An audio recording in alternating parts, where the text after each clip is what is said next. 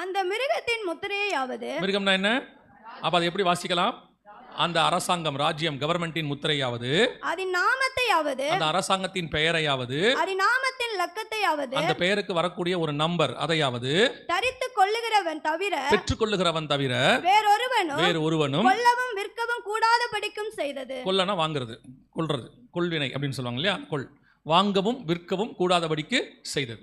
இந்த வசனம் ஏதோ இன்னைக்கு நேற்று எழுதுன்னு நினச்சிக்காதீங்க. ஏறக்குறைய 1900 வருஷம் இது எழுதப்பட்டது.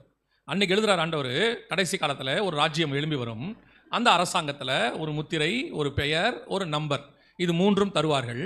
அந்த அரசாங்கத்தின் முத்திரையாவது, பெயரையாவது, நம்பரையாவது வைத்திருக்கிறவன் தவிர, தரித்துக் கொள்ளுகிறவன் தவிர வேறு ஒருவனும் வாங்கவும் விற்கவும் கூடாதபடிக்கு செய்தது. No transaction. அது இல்லாமல் நீங்கள் பண பரிவர்த்தனை வாங்க விற்க முடியாது அப்படின்னு பைபிள் சொல்லுது. இந்த தீர்க்க தரிசனம் அப்படியே, இந்த வார்த்தை அப்படியே இன்னைக்கு நம்ம கையில், நம்ம கண்களுக்கு முன்பாக நிறைவேறி இருக்கிறது. அதுக்கு ஒரு அடிப்படையாக, ஒரு உதாரணமாக நான் இதை சொல்லுகிறேன், கவனிங்கள். இது அரசாங்கத்தில் கொடுக்கப்படுகிறதான அட்டை. எல்லா நாட்டிலையும் கொடுக்குறாங்க. இது பாருங்க, இது எல்லா நாட்டிலையும் இருக்கும். இது இந்தியாவில் கொடுக்குறாங்க அப்படின்னு சொல்லல, இந்தியாவிலும் கொடுக்குறாங்க, எல்லா நாட்டிலையும் கொடுக்குறாங்க. இப்போ நீங்கள் பார்க்குற 4 அட்டையில் ஒன்று அமெரிக்காவில் கொடுக்குறது, ஒன்று மத்திய கிழக்கு நாடுகளில் கொடுக்குறது, ஒன்று ஐரோப்பாவில் கொடுக்குறது, ஒன்று ஸ்ரீலங்காவில் கொடுக்குறது. இந்த அட்டைகளை எல்லாத்தையும் கவனிச்சிங்கன்னா மிக முக்கியமாக இந்த 3 காரியங்கள் இருக்கும். இந்த அட்டைகள் எல்லாத்துலேயும் மிக முக்கியமாக 3 காரியங்கள் இருக்கும். ஒன்று மிருகத்தின் முத்திரை, அரசாங்கத்தின் முத்திரை. இதில் பெரிய ஆச்சரியம் என்னன்னு கேட்டிங்கன்னா, இந்த எல்லாத்துலேயுமே பார்த்தீங்கன்னா ஒரு மிருகத்தின் முத்திரை இருக்கும். ஒரு அரசாங்கம் நம்ம சொல்கிறோம்ல, அந்த அரசாங்கத்திற்கு அடையாளமாக ஒரு மிருகம் இருக்கும். உதாரணமாக இப்போ இதில் பார்த்தீங்கன்னா 4 முக சிங்கம் இருக்குது, இதில் பார்த்தீங்கன்னா கழுகு இருக்குது மேலே இருக்கிறதுல, அதுக்கு அடுத்ததில் பார்த்தீங்கன்னா ஒரு பறவையோடைய 2 ரெக்கை இருக்குது, அதுக்கு கீழே இருக்கிறதுல சிங்கம் இருக்குது, இதில் பார்த்தீங்கன்னா 2 புலி இருக்கும், இந்த பக்கத்தில் பார்த்தீங்கன்னா வாலேந்திய சிங்கம் இருக்கும். எல்லாத்துலேயும் பார்த்தீங்கன்னா ஏதோ ஒரு மிருகம் இருக்கும். 100% நாடுகளுடையதான முத்திரைகளில் பார்த்தீங்கன்னா ஒரு மிருகத்தின் முத்திரை இருக்கும். இந்த மிருகத்தின் முத்திரை என்பது நாம் இப்போ அடையாளப்படுத்துகிறோம். ஆனால் இது ஒரு 100 வருஷமா 150 வருஷமா அந்த மிருகத்தின் முத்திரை இருக்குன்னு வச்சுக்கோங்களேன். இப்போ இந்தியா சுதந்திரம் அடையும் போது இந்த முத்திரை நமக்கு போட்டாங்க, ஸ்ரீலங்கா சுதந்திரம் அடையும் போது அந்த முத்திரையை போடுறாங்க. ஆனால் இப்படி ஒரு மிருகத்தின் முத்திரை ஒரு அரசாங்கத்துக்கு இருக்கும் என்பதை என்னைக்கு பைபிள் சொல்லுது? 1900 வருஷத்துக்கு முன்னாடி சொல்லுது. அந்த மிருகத்தின் முத்திரை, அந்த அரசாங்கத்தின் முத்திரை ஒரு மிருகத்தின் முத்திரையாக இருக்கும். அந்த மிருகத்தின் முத்திரையாவது, ரெண்டாவது அதன் நாமத்தையாவது, அந்த அரசாங்கத்தினுடைய பெயர். இதில் பாருங்க, இந்தியான்னு இருக்கும், இதில் யூஎஸ்ஏன்னு இருக்கும், இதில் ஐரோப்பான்னு இருக்கும், எஸ்டோனியான்னு இருக்கும், இதில் பார்த்தீங்கன்னா பஹ்ரைன் இருக்கும், இதில் ஸ்ரீலங்கான்னு இருக்கும், மலேசியான்னு இருக்கும், எல்லா நாட்டுடைய பெயர் அதில் இருக்கும். அந்த மிருகத்தின் நாமத்தையாவது. மூணாவது என்ன இருக்குது? அந்த நாமத்தின் இலக்கம், ஒரு நம்பர், அந்த அரசாங்கம் கொடுக்கக்கூடியதான நம்பர் இதில் இருக்குது. பார்த்தீங்களா? இதில் எல்லாத்துலையும் பார்த்தீங்கன்னா ஒரு நம்பர் இருக்கும் எல்லாருக்கும். இதுக்கு பேர் ஐசி நம்பர்னு சொல்லுவாங்க, ஐடி நம்பர். ஒவ்வொரு ஊருக்கு அது மாறும். இப்போ நம்ம ஊரில் ஆதார் நம்பர் இருப்பாங்க, இப்போ அமெரிக்காவில் ஐசி நம்பர் இருப்பாங்க. இதுவே நீங்கள் மத்திய கிழக்கு நாடுகளில் போயிட்டீங்கன்னா இக்காமான்னு சொல்லுவாங்க. இப்போ மலேசியாவுக்கு போயிட்டீங்கன்னா மை கார்டு அப்படின்னு சொல்லுவாங்க, மை கார்டு நம்பர் அப்படிம்பாங்க. கனடாவில் சின் கார்டு நம்பர் இருப்பாங்க, சோஷியல் இன்சூரன்ஸ் நம்பர் அப்படின்னு சொல்லுவாங்க. ஒவ்வொரு ஊருக்கு ஒரு பேர் வச்சிருக்காங்க. ஆனால் காமனாக சொன்னால் ஐசி, அதாவது ஒரு அடையாள அட்டை, ஒரு நம்பர். இப்போ இந்த நம்பர் தான் நீங்கள். இப்போ இந்த நம்பர் தான் நீங்கள். இந்த நம்பர் இல்லாமல் நீங்கள் இல்லை. உங்களுக்கு என்ன பேர் வேணாலும் இருக்கட்டும், உங்களுக்கு 1000 பேர் இருக்கட்டும், ஆனால் எந்த பேரை சொல்லியும் இனி அவர்கள் உங்களை அடையாளப்படுத்த போகிறது இல்லை. உங்களை அடையாளப்படுத்த போகிறது நம்பரை வச்சு தான் பண்ண போறாங்க, இல்லையா? எதனால அப்படின்னு கேட்டீங்கன்னு சொன்னா, இப்போ ஒரு பேர் இருக்கு, சாலமோன் இருக்குன்னு வச்சுக்கோங்களேன், அல்லது சாமுவேல் இருக்கு. இந்த சாமுவேலுங்கிற பேர் பார்த்தீங்கன்னு சொன்னா எப்படி மினிமம் ஒரு சர்ச்சுக்கு 5லேருந்து 10 இருக்கும், குறைஞ்சபட்சம் இருக்கும். இருக்கமா இருக்காதா? இருக்கும். ஜான், பீட்டர் இதெல்லாம் கண்டிப்பாக இருக்கும், ஆபிரகாம் இதெல்லாம், நோவா இதெல்லாம் இருக்கும். இப்போ உலகளாவிய எடுத்துக்கிட்டிங்கன்னா இந்த பெயர்கள்லாம் கோடிக்கணக்கானவங்களுக்கு இருக்குது, கோடிக்கணக்கான இருக்குது. ஸோ இப்போ இவங்களை அடையாளப்படுத்துறதுக்கு பெயரில் வித்தியாசப்படுத்தணும் கூப்பிடுறதுல அப்படின்னா எதில் நீங்கள் வைக்கலாம், எந்த மொழியில் பேர் வைக்கலாம், எந்த மொழியில் வச்சா உலகத்தில் இருக்கிற எல்லாருக்கும் தெரியும். இப்போ என் பேர் எம்டி ஜெகன் இருக்குது, நான் தமிழில் எழுதிட்டா யாருக்கும் தெரியுமா? தமிழர்களுக்கு மட்டும்தான் அது தெரியும், வேறு யாருக்கும்? தமிழ் படிக்க தெரிஞ்சவங்களுக்கு மட்டும் தான் இருக்கும். சரி, எம்டி ஜெகன் இங்கிலீஷில் எழுதிருங்க. அப்போ இங்கிலீஷில் எழுதிட்டு அது யாருக்கெல்லாம் தெரியும்? இங்கிலீஷ் படிக்கிற எல்லாருக்கும் தெரியும். சரி, உலகத்தில் அதிகமாக பேசப்படுற மொழி அது? நல்லா சவுண்டாக சொல்லுங்க. இல்லை, மாண்ட்ரியன், சைனீஸ் தான் அதிகமாக பேசப்படுவது. அதுக்கப்புறம் ஸ்பானிஷ் இருக்குது, அதுக்கப்புறம் தான் இங்கிலீஷ் வரும். உலகத்திலே அதிகமாக மக்கள் பேசுகிற மொழியில் சைனீஸ் தான் ஃபஸ்ட்டு இருக்குது, மாண்ட்ரியன் சொல்லுவாங்க. இங்கிலீஷ் தெரியாத நாடு நிறையா இருக்குது, தெரியுமா உங்களுக்கு? இங்கிலீஷே தெரியாத நாடு நிறையா இருக்குது. இப்போ நம்ம தான் இங்கிலீஷை பிடிச்சிட்டு தொங்கிட்டு இருக்கிறோம். இங்கிலீஷ் தெரிஞ்சாதான் அறிவாளி, இங்கிலீஷ் தெரிஞ்சாதான் படித்தவர். ஏன்னா நமக்கு இங்கிலீஷ் தெரியாட்டி நம்மளாம் முட்டாள் மாதிரி ஆயிரும். உங்களுக்கு தெரியுமா, ரஷ்ய அதிபர் இங்கிலீஷ் பேச மாட்டார், அவர் ரஷ்யன் தான் பேசுவார். அவர் இங்கிலீஷ் பேசினா டிரான்ஸ்லேட்டர் வச்சிருப்பார். எங்கே போனாலும் அவர் என்ன பேசுவார்? ரஷ்யன் மொழி தான் பேசுவார். ஆனால் நீங்கள் ஒத்துக்க மாட்டீங்க, இல்லை வெறும் தமிழ் பேசினா உனக்கு இங்கிலீஷ் வராதான்னு கேட்பீங்க நீங்கள். சரி, இருந்துட்டு போட்டோம், கவனிங்க. அப்போ உலகத்தில் இருக்கிற அத்தனை பேருக்கும் இப்போ நீங்கள் உங்கள் பேர் எழுதுனா தெரியணும். அப்போ என்ன மொழியில் எழுதுனா தெரியும்? ஒரே ஒரு மொழி தான் இருக்குது, அது என்னது? நம்பர்ஸ். இந்த நம்பரை நீங்கள் எழுதிட்டீங்கன்னா உலகத்தில் இருக்கிற எல்லாருக்கும் அது தெரியும், யாருக்கு வேணால் தெரியும். இப்போ நீங்கள் 5ன்னு எழுதிட்டீங்கன்னு வச்சுக்கோங்களேன், நம்பராக போட்டிங்கன்னா உலகத்தில் இருக்கிற எல்லாருக்கும் அது என்னன்னு தெரியும்? 5ன்னு தெரியும். 5ன்னு தமிழ் எழுதினா தெரியாது, அந்த நம்பரை போட்டுட்டா அப்போ இதுதான் யூனிவர்சல் லாங்குவேஜ். அதான் உலகத்தில் ஆவிய இருக்கிற ஒரே லாங்குவேஜ். அப்போ அத்தனை பேருக்கும் தெரியக்கூடிய காமன் லாங்குவேஜ் ஒரு லாங்குவேஜ். இப்போ பாபிலோனில் ஒரு லாங்குவேஜ் இருந்தது இல்லை, அப்பொழுது பூமி எங்கும் ஒரே மொழியாக இருந்தது. அப்போ என்ன பண்ணாங்க, இவங்க எல்லாரும் தேவனுக்கு விரோதமான ஒரு காரியத்தை யோசிச்சாங்க. அப்போ கர்த்தர் என்ன பண்ணுறாரு, இவங்கள பாஷைகளை தாறுமாறாக்கிட்டார். அப்போனா என்ன செய்ய முடியாது, இவங்க எல்லாரும் என்ன பண்ண மாட்டாங்க, திருப்பி ஒன்றா சேர மாட்டாங்க அப்படின்னு சொல்லிட்டு. இப்போ கடைசி காலத்தில் மகா பாபிலோன் வரும் நம்ம வாசிக்கிறோம் இல்லையா? வெளிப்படுத்தல் 17:5 என்ன வாசிக்கிறோம், மேலும் ரகசியம் மகா பாபிலோன் பூமியில் உள்ள அருவருப்புகளுக்கும் வேசித்தனங்களுக்கும் தாய் எனும் நாமம் அவள் நெற்றியில் எழுதியிருந்தது. இதுக்கு பின்னாடி நிறைய காரியங்கள் இருந்தாலும் மிக முக்கியமாக பாபிலோன்ல இருந்த ஒன் லாங்குவேஜ். இப்போ மனுஷன் என்ன பண்ணான்னு கேட்டிங்கன்னா நிறைய ட்ரை பண்ணுறான் ஒரு லாங்குவேஜாக மாற்றுறதுக்கு. இப்போ கூகுளில் பாருங்க டிரான்ஸ்லேட்டர்னு ஒன்று இருக்குது. எந்த மொழிக்காரங்களும் எந்த மொழியோட என்ன பண்ணிக்கலாம், டிரான்ஸ்லேட் பண்ணிக்கலாம். இப்போ இன்னும் ஒரு படி மேலே போயிருக்குது, அவங்க எந்த மொழி பேசினாலும் உங்களுக்கு உங்கள் மொழியில் கேட்கும். இப்போ ஒன்று கொண்டாந்துருக்காங்க, ஒரு சாஃப்ட்வேர் கொண்டாந்துருக்காங்க, அவங்க மேண்ட்ரியனில் பேசினாலும் உங்களுக்கு அது என்னவா கேட்கும், தமிழ்லையோ இங்கிலீஷ்லையோ, அதில் எத்தனை மொழி இருக்குதோ அதில் ஏதாவது ஒரு மொழியில் நீங்கள் கேட்டுக்கலாம். அந்த மாதிரி கொண்டாந்துருக்காங்க. இது எல்லாமே இவங்க என்ன செய்ய விரும்புகிறாங்கன்னா ஒரே மொழியாக மாற்ற விரும்புகிறாங்க. இந்த ஒரே மொழியாக மாற்ற விரும்புறதுங்கிறது பாபிலோனிய ஆவி. நல்லா புரிஞ்சுக்கோங்க, மொழியை ஒன்றாக்கணும். எல்லா நாள் உலகம் முழுக்க ஒரே மொழியாக இருக்கணுன்றது தான் சர்வாதிகாரியோட ஆட்சி. கிரேக்க சாம்ராஜ்யம் வரும்போது அலெக்சாண்டர் உலகம் முழுக்க என்ன கொண்டாந்தாரு, கிரேக்க மொழியை கொண்டாந்தாரு. அப்புறம் ஆங்கிலேய சாம்ராஜ்யம் வரும்போது உலகம் முழுக்க என்ன கொண்டாந்தாங்க, ஆங்கிலேய சாம்ராஜ்யத்தோட மொழி ஆங்கில மொழியை கொண்டாந்தாங்க. ஆங்கில மொழிலாம் இப்போ தான் ஒரு 300-400 வருஷத்துக்கு முன்னாடி வந்தது. அதுக்கு முன்னாடி அந்த மொழியே இல்லை எங்கேயும். அது பிசாசுடைய தன்மை. உலகம் முழுக்க ஒரே மொழி, அதே மாதிரி இந்தியா முழுக்க ஒரே மொழி, அதெல்லாம் இல்லை. கர்த்தர் பிரித்தது தான். அதை சேர்க்கறது அகைன்ஸ்ட் காட். இப்போ என்ன நடந்துச்சு, எல்லாத்தையும் ஒன்றா சேர்க்கணும்னு சொல்லி கடைசி காலத்தில் என்ன நடக்கணும், அந்த பாபிலோனிய ஆவி ஸ்பிரிட் வேலை செய்யும். அது என்ன பண்ணும், உலகம் முழுக்க ஒரு மொழி கொண்டு வரும். ட்ரை பண்ணி எப்படியாவது கொண்டு வருவாங்க. அந்த மொழி தான் டிஜிட்டல். இப்போ நீங்கள் சொல்லக்கூடிய டிஜிட்டலுங்கிறது. இப்போ உங்களுக்கு டிஜிட்டல் எப்படி இருக்கு, பயங்கர யூஸ்ஃபுல்லாக இருக்கு. ஸோ அப்போது இந்த நீங்கள் என்ன மொழியில் டைப் பண்ணாலும் மொபைல்லையோ அல்லது வந்து இந்த ஐபேட்லையோ கம்ப்யூட்டர்லையோ அது உள்ளே இருக்கிற லாங்குவேஜ் வந்து நம்பர்ஸ்.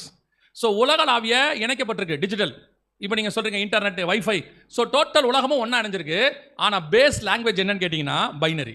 பேஸ் லாங்குவேஜ் முழுக்க எதில் இருக்குது, நீங்கள் எந்த ஆப் எது பண்ணாலும் அவங்க என்ன எழுதுவாங்க, ஒரு ப்ரோக்ராம்னு ஒன்று எழுதுவாங்க. அந்த ப்ரோக்ராம் எதில் தான் இருக்கும், பைனரியில் தான் இருக்கும். அதில் தான் கம்ப்யூட்டர் எடுத்துக்கும். ஏன்னா கம்ப்யூட்டர் வேறு எடுக்கவே எடுக்காது, அதோட லாங்குவேஜே அதான். ஸோ வேதம் சொன்னபடி இப்போ கடைசியாக உலகளாவிய ஒரு லாங்குவேஜ், அந்த லாங்குவேஜில் தான் உங்களுக்கு பேர் வச்சுருக்காங்க. இப்போ என்ன எதில் வச்சுருக்காங்க, பேர் நம்பரில் வச்சுருக்காங்க. இப்போ பாருங்கள், அன்றைக்கி எகிப்திய சாம்ராஜ்யம் நடந்துச்சு. யோசேப்புக்கு, எகிப்து ராஜாக்கு யோசேப்பு போய் சொப்பனம்லாம் சொல்கிறாரு. ஆனால் ராஜா என்ன பண்ணுறாரு, அவர் லாங்குவேஜில் யோசேப்புக்கு ஒரு பேர் வைக்கிறாரு. என்ன பேர் வைக்கிறாரு, சாப்நாத் பனயான்னு சொல்லி வைக்கிறாரு தானே. தானியலுக்கு கூட்டு போகிறாங்க. கூட்டு போனோன்னு அந்த ராஜா என்ன பண்ணுறாரு, தானியலுக்கு என்ன பண்ணுறாரு, அவர் லாங்குவேஜில் பேர் வைக்கிறார். என்ன பேர் வைக்கிறாரு, யோசிக்கிறாங்க பாருங்க, பெல்ஷாத்சார்னு பேர் வைக்கிறார். அப்போது ஒவ்வொரு ராஜாக்களும் என்ன பண்ணுவாங்க, அவங்க ராஜ்யம் வரும்போது அவங்களுக்கு தங்கள் மொழியில் அவங்களுக்கு என்ன பண்ணுவாங்க, எல்லாருக்கும் பேர் வைப்பாங்க. இப்போ அச்சாலுக்கு என்ன பேர் வச்சாங்க, எஸ்தர்னு. சரி, நான் உங்களை பைபிள்லேருந்து கேள்வி கேட்கல, விட்டுருங்க. சரியா, எஸ்தருங்கிறது மேதிய பேர்ஷிய பேர், அங்கே உள்ள பேர் வைக்கிறாங்க. அந்த மாதிரி நல்லா கவனிச்சுக்கொள்ளுங்க. இப்போ நமக்கு பேர் வைக்கிறாங்க.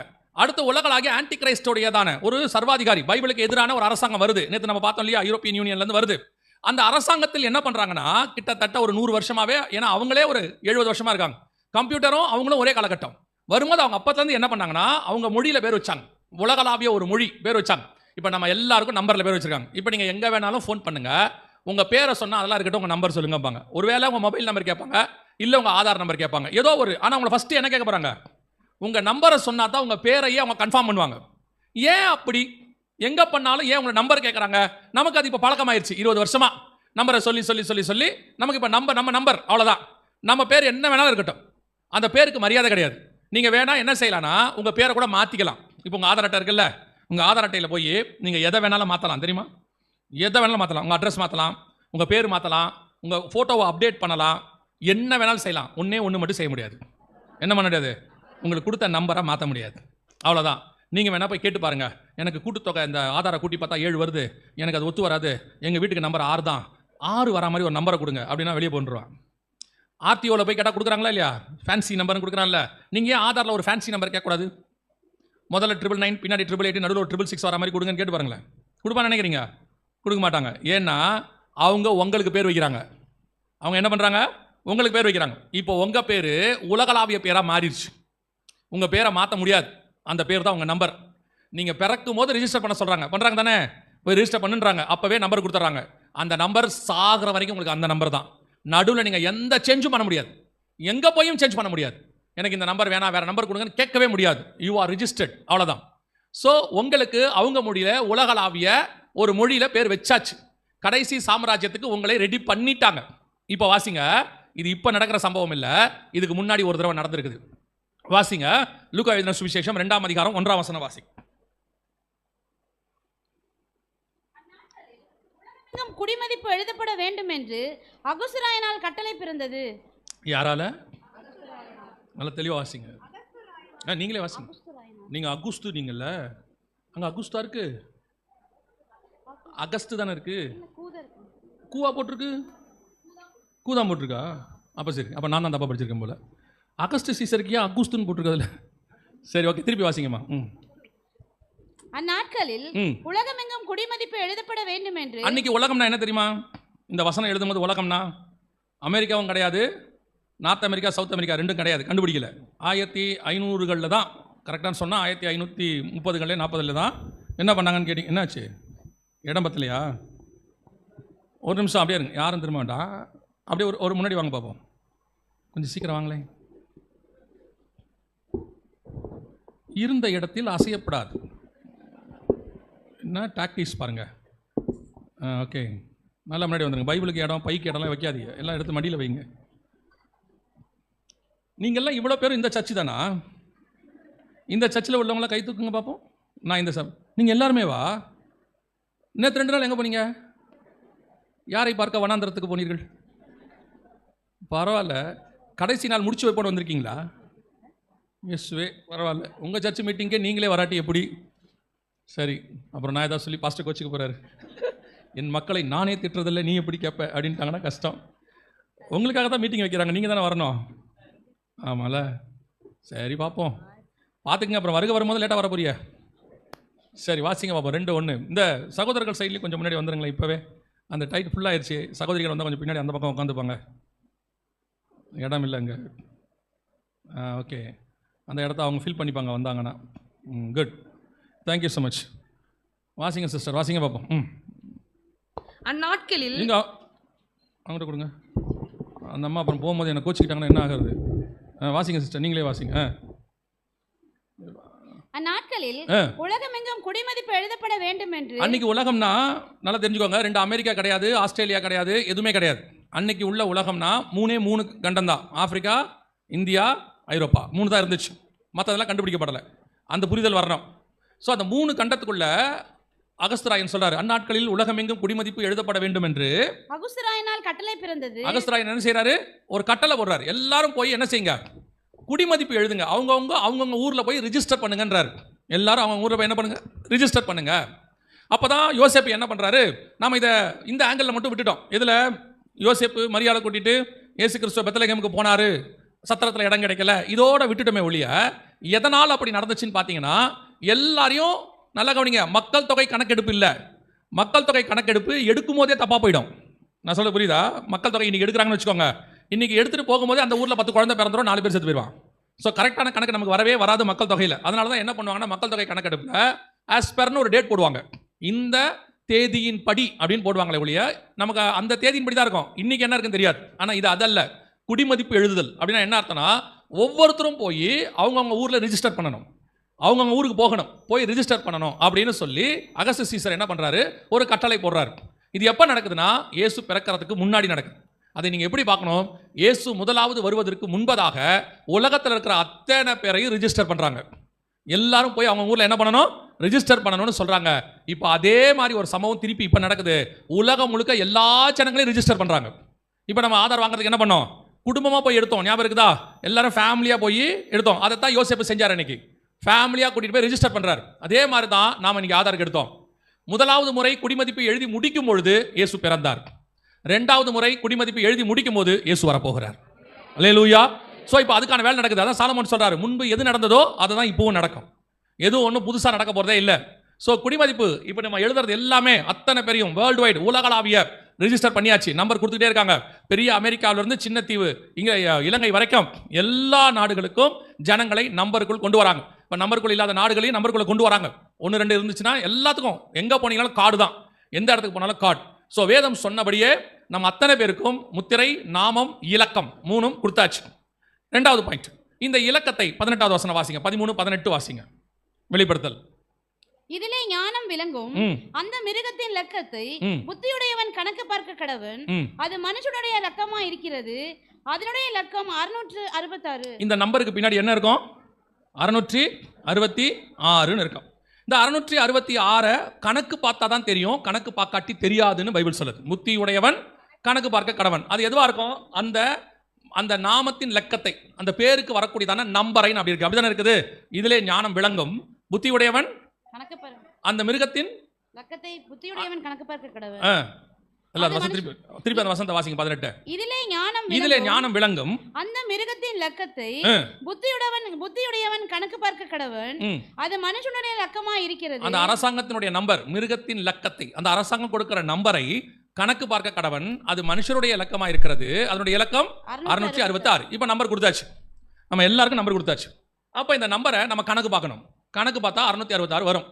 இதில் நீங்கள் நல்லா கவனிச்சு பார்த்தீங்கன்னா ஆல்ரெடி நம்மள 666 கொண்டாந்து ரொம்ப நாள் ஆச்சு. கிட்டத்தட்ட என் கணக்குக்கு 40-50 வருஷம் ஆயிடுச்சு. எப்படி சொல்கிறீங்க அப்படின்னா, இப்போ நீங்கள் இங்கே ஸ்மார்ட் ஃபோன் யூஸ் பண்ணாதவங்க யாராவது இருக்கிறீங்களா? டச் ஸ்க்ரீன் ஃபோன் யூஸ் பண்ணாதவங்க யாராவது இருக்கீங்களா? ஒரே ஒருத்தர் இருக்கிறாங்க. பட்டன் ஃபோனா 2 பேர் இருக்காங்க. அவங்க ஒரு நம்பிக்கையில் இருக்காங்க. எல்லாம் மாட்ட போகிறீங்க, நாங்கள் மட்டும் என்ன செய்ய போகிறோம்? தப்பிக்க போகிறோம் அப்படின்னு சொல்லி. சரி, ஓகே. இப்போ ஸ்மார்ட் ஃபோன் யூஸ் பண்ணுற எல்லாரும் இருக்கோம் இல்லையா? ஆனால் இப்போ நீங்கள் இதுக்கு போகிறீங்க, ரேஷன் கடைக்கு போகிறீங்க, ரேஷன் வாங்குவீங்க தானே? வாங்குவீங்களா? கைரேகை வைப்பீங்க தானே? அப்புறம் என்ன, அதெல்லாம் தப்பிக்க முடியாதுன்னு வச்சுக்கோங்களேன். நானும் பயந்துட்டேன், 2 பேர் தப்பிச்சிருவாங்க போல அப்படின்னு. ஏன்னா இயேசு சொல்கிறார், ஒருவரும் தப்பி போகாத காலம் ஒன்று வருகிறதுன்னு சொல்கிறார் இல்லையா? ஸோ அப்போ நல்லா கவனிச்சிங்கன்னா, எங்கே போனாலும் சிஸ்டம், கம்ப்யூட்டர், எங்கே போனாலும் கம்ப்யூட்டர், கம்ப்யூட்டரைஸ்ட் அப்படின்னு நம்ம சொல்லிட்டோம். உலகம் முழுக்க கம்ப்யூட்டரில் இணைக்கப்பட்டிருக்கு. இந்த கம்ப்யூட்டருடைய தலையெழுத்துன்னு ஒன்று சொல்லுவாங்க. அதுதான் அதில் இருக்கும். எங்கே போனாலும் அதான் இருக்கும். எல்லாத்துக்கும் ஒரு ஆப் இருக்கும், ஒரு வெப்சைட் இருக்கும். அந்த வெப்சைட் இல்லாமல் எதுவுமே இல்லை. வெப்சைட் அப்படின்னா, வெப்னா சிலந்தி வலை அப்படின்னு சொல்லுவாங்க. அந்த வெப்சைட்னா சிலந்தி வலை, அல்லது அதில் இருக்கக்கூடியதான தளம், வலைத்தளம் அப்படின்னு நம்ம சொல்கிறோம் தமிழில். இன்டர்நெட், சர்வதேச வலை அப்படின்னு நம்ம சொல்கிறோம். எல்லாத்துக்கும் பாருங்கள், வலைன்னு ஒரு வார்த்தை இருக்குது. வலை போட்டிருக்கிறாங்க. பொதுவாக நம்ம யோசிச்சு பார்த்தீங்கன்னா, வலை யாருக்கு வீசுவோம்? எதை இறைய பிடிக்கணுமோ, மானுக்கோ மீனுக்கோ வலையை வீசுவோம், வீசி பிடிப்போம். அப்போ வலைக்குள்ளே யார் இருப்பா? நம்ம எதை இறையா பிடிக்க விரும்பணும், அது எதில் இருக்கும்? வலைக்குள்ளே இருக்கும். இப்போ நீங்கள் எல்லாம் எதில் இருக்கீங்க? வலைத்தளத்தில் தான் இருக்கீங்க. அப்படி தானே? அதை சந்தோஷமாக வேறு சொல்லுவீங்க. இன்னும் நெட்டில் எப்பவும் பார்க்கலாம், எப்பவும் ஆன்லைனில் தான் இருப்பார் அவர். அதில் ஒரு பெருமை சந்தோஷம் இருக்குல்ல, இன்டர்நெட். அப்போ நம்ம எல்லாருமே 24 ஹவர்ஸ் இப்போ எதில் வந்துட்டோம்? உங்களுடைய மொபைல் டேட்டா எப்பவும் ஆன்லைன் தானே இருக்குது. அப்படி தானே இருக்குது. அப்போ ஆட்டோமேட்டிக்காக நீங்கள் எதில் தான் இருக்கிறீங்க? ஆன்லைன் வலையில் தான் இருக்கீங்க. யாராவது ஃபோன் பேசுகிற நேரத்தை தவிர மற்ற நேரத்தில் மொபைல் டேட்டா ஆஃப் பண்ணி வச்சிருக்கோமா? நம்ம இல்லவே இல்லை. நம்ம அத்தனை பேரும் மொபைல் டேட்டா வச்சிருக்கிறோம். ஒரு சிலர் மொபைல் டேட்டா ஆஃப் பண்ணி வச்சிருப்பாங்க, அவங்க கொஞ்சம் சாதுரியமான ஆள்னு வச்சுக்கோங்க. ஆனாலும் ஃபோன் ஆனில் தானே இருக்குது. ஃபோன் ஆனில் தானே இருக்குது. அதில் நம்ம என்ன நினைக்கிறோம்? மொபைலில் நான் இல்லை, மொபைல் டேட்டா இல்லை. ஆனால் உங்கள் ஃபோன் சேட்டலைட்டோட கனெக்டில் தான் இருக்குது. இல்லைனா உங்களுக்கு சர்வீஸே இருக்காது இல்லையா? அதாவது பார்த்தீங்கன்னா, நம்ம வானத்தில் நிறைய சேட்டலைட்ஸ் வச்சுருக்கிறோம். இந்த சேட்டலைட் எல்லாம் இருக்குது. இப்போ ஒரு உதாரணத்துக்கு சொல்கிறேன், நான் முதல்ல இதை முடிச்சிடறேன். இப்போ உங்களுடைய ஃபோன் நம்பருக்குள்ளே, அதாவது உங்களுடைய நம்பர், ஆதார் நம்பருக்குள்ளே இந்த மாதிரி நம்பர்லாம் இருக்குது, கொடுப்பாங்க. இதில் எப்படி 666 இருக்குது அப்படின்னு பார்த்தீங்கன்னா, உங்கள் எல்லாருடையதான வலைத்தளத்துக்கும் தலையெழுத்து என்னன்னு கேட்டீங்கன்னா www. அது இல்லாமல் எதையுமே செய்ய முடியாது. ஒரு பீரியடில் நாங்கள் கம்ப்யூட்டர் வந்த புதுசில் www டைப் பண்ணணும். இப்போ அதெல்லாம் இல்லை, தானாகவே எடுத்துக்கோம். www அதுவே எடுத்துக்கோம். www என்ன முதல்லனா வேர்ல்டு வைட் வெப், அதான் ஷார்ட் ஃபார்ம். உலகளாவிய வலை. உலகம் முழுக்க என்ன செய்யப்பட்டிருக்கு? ஒரு வலை வீசப்பட்டிருக்கு. அந்த வலையுடையதான ஷார்ட் ஃபார்ம் தான் www. இந்த W உடைய நம்பர் ஒவ்வொன்றுத்துக்கும் என்ன இருக்கும்? ஒரு நம்பர் இருக்குது. தமிழ்லையும் இருக்குது, இங்கிலீஷ்லையும் இருக்குது, எல்லாத்துக்கும் ஒரு நம்பர் இருக்குது. எண் கணிதம் அப்படிம்பாங்க. இந்த நம்பர் என்னன்னு சொல்லி போய் நீங்கள் பார்த்தீங்கன்னா, அதுக்கு வந்து சால்டியன் மெத்தட் பேர் இங்கிலீஷில். என்னது பேர்? Chaldean method. சால்டியன்னா வேறு ஒன்றும் இல்லை, பாபிலோனிய முறைன்னு அர்த்தம். ஏன்னா இங்கிலீஷில் பார்த்தீங்கன்னா பாபிலோனிய ராஜாவுக்கு பேர் நேபுகாத்நேச்சருக்கு சால்டியன் கிங்னு இருக்கும். பாபிலோனுங்கிற இன்னொரு வார்த்தை தான் சால்டியன். அந்த முறையில் டபிள்யூக்கு 6ன்னு இருக்குது. எங்கெங்கே இருக்குது, எங்கே போய் படிக்கலாம் அப்படின்னா, எங்கேயும் போவேனா, உங்கள் வீட்டில் டெய்லி கேலண்டர் இருக்கா? கிறிஸ்தவ கேலண்டர் இல்லை. கிறிஸ்தவ கேலண்டர் உங்களுக்கு பிரயோஜனப்படாத ஒரு கேலண்டர். ஆமாம் தானே? அதில் எந்த கவர்மெண்ட் ஹாலிடேவும் இருக்காது. நீங்கள் அதை திருப்ப போகிறதும் இல்லை. ஜனவரி மாதம் கொடுத்தோன்னா வாங்கி கொண்டு போய் மாட்டினீங்கன்னா அதை டிசம்பர் வரைக்கும் திருப்ப போகிறது இல்லை. அது அப்படியே தான் தொங்க போகுது. கேட்டால் வாக்கு தம்பியை சரி ரைட் இருந்துட்டு போட்டோம். டெய்லி கேலண்டர் இருக்கா? இல்லை, அதையாவது கிழிக்கலாம். டெய்லி கிழிப்பீங்களா? அந்த கேலண்டருக்கு பின்னாடி பாருங்கள், நிறைய இது இருக்கும். இந்துக்கள் பண்டிகை, கிறிஸ்தவர்கள் பண்டிகை, அரசாங்க விடுமுறை, அப்புறம் எல்லாம் ஹாரோஸ்கோப்பு எல்லாமே இருக்கும். அதில் போய் பாருங்கள், எண் கணிதம்னு கீழே கடைசியாக ஒன்று இருக்கும், நம்பர்ஸ் போட்டிருக்கோம். A to Z வரைக்கும் போட்டு அதுக்கு கீழே அதோட நம்பர்ஸும் போட்டிருப்பாங்க. ஏக்கு 1, பிக்கு 2, சிக்கு 3, டிக்கு 4, ஈக்கு 5, எஃப்க்கு 8, அப்புறம் UV, W இருக்கும். எல்லாத்துக்கும் பார்த்தீங்கன்னா 666ன்னு இருக்கும். ஒவ்வொன்றுத்துக்கும் பார்த்தீங்கன்னா அதில் Wக்கு 6 என்று இருக்கும். நீங்கள் போய் பார்த்தீங்கன்னா வீட்டில் போய் நைட் பாருங்கள், அதில் இருக்கும். அப்போ www என்ன? 666. அது ஆல்ரெடி நம்ம கண்ணுக்கு முன்னாடி இருக்கு. இது ஒரு வகை, இது ஒன்று தான். இந்த மாதிரி நிறைய இருக்குன்னு வச்சுக்கோங்களேன். அதில் ஒன்று இந்த நம்பரை கணக்கு பார்க்க கடவன். பைபிள் என்ன சொல்லுது? புத்தி உடையவன் கணக்கு பார்க்க கடவன். அப்போ கணக்கு பார்த்தீங்கன்னா இப்போ உங்களுக்கு கொடுக்கப்படுற நம்பர் சமீபத்தில் பார்த்தீங்கன்னா, நான் சொல்கிறது டாக்டர் மன்மோகன் சிங்கோடைய காலத்தில் எல்லாருக்கும் ஆதார் கொடுக்கும்போது 16 இலக்கமாக கொடுத்தாங்க, இப்படி 16 டிஜிட் கொடுத்தாங்க. ஆனால் அதுக்கப்புறம் அந்த கவர்மெண்ட்டில் என்ன பண்ணாங்கன்னா 14 டிஜிட் கொடுத்தாங்க எல்லாருக்கும். என்ன கொடுத்தாங்க? 14 டிஜிட். அப்போ 14 டிஜிட் கொடுக்கும்போதே நாங்கள் சொன்னோம் இது 14 இல்லை 16 கொடுக்குறது தான் கரெக்டு. ஏன்னா 16 கொடுத்தா தான் 666 வரும்.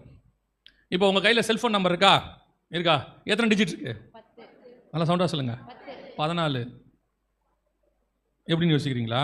ப்ளஸ் 9 ஒன்று இருக்கா முன்னாடி? அதை சேர்க்கணும்ல, அதை சேர்த்தா தானே வெளிநாட்டில் கூப்பிட முடியும். உலகளாவிய தொடர்பு கொள்ளணும்னா +91 அது டிஃபால்ட்டாக வேணும். ப்ளஸ்னா என்ன? 00ன்னு அர்த்தம். 0091 உங்களுடைய 10 டிஜிட். மொத்தம் எவ்வளோ ஆச்சு?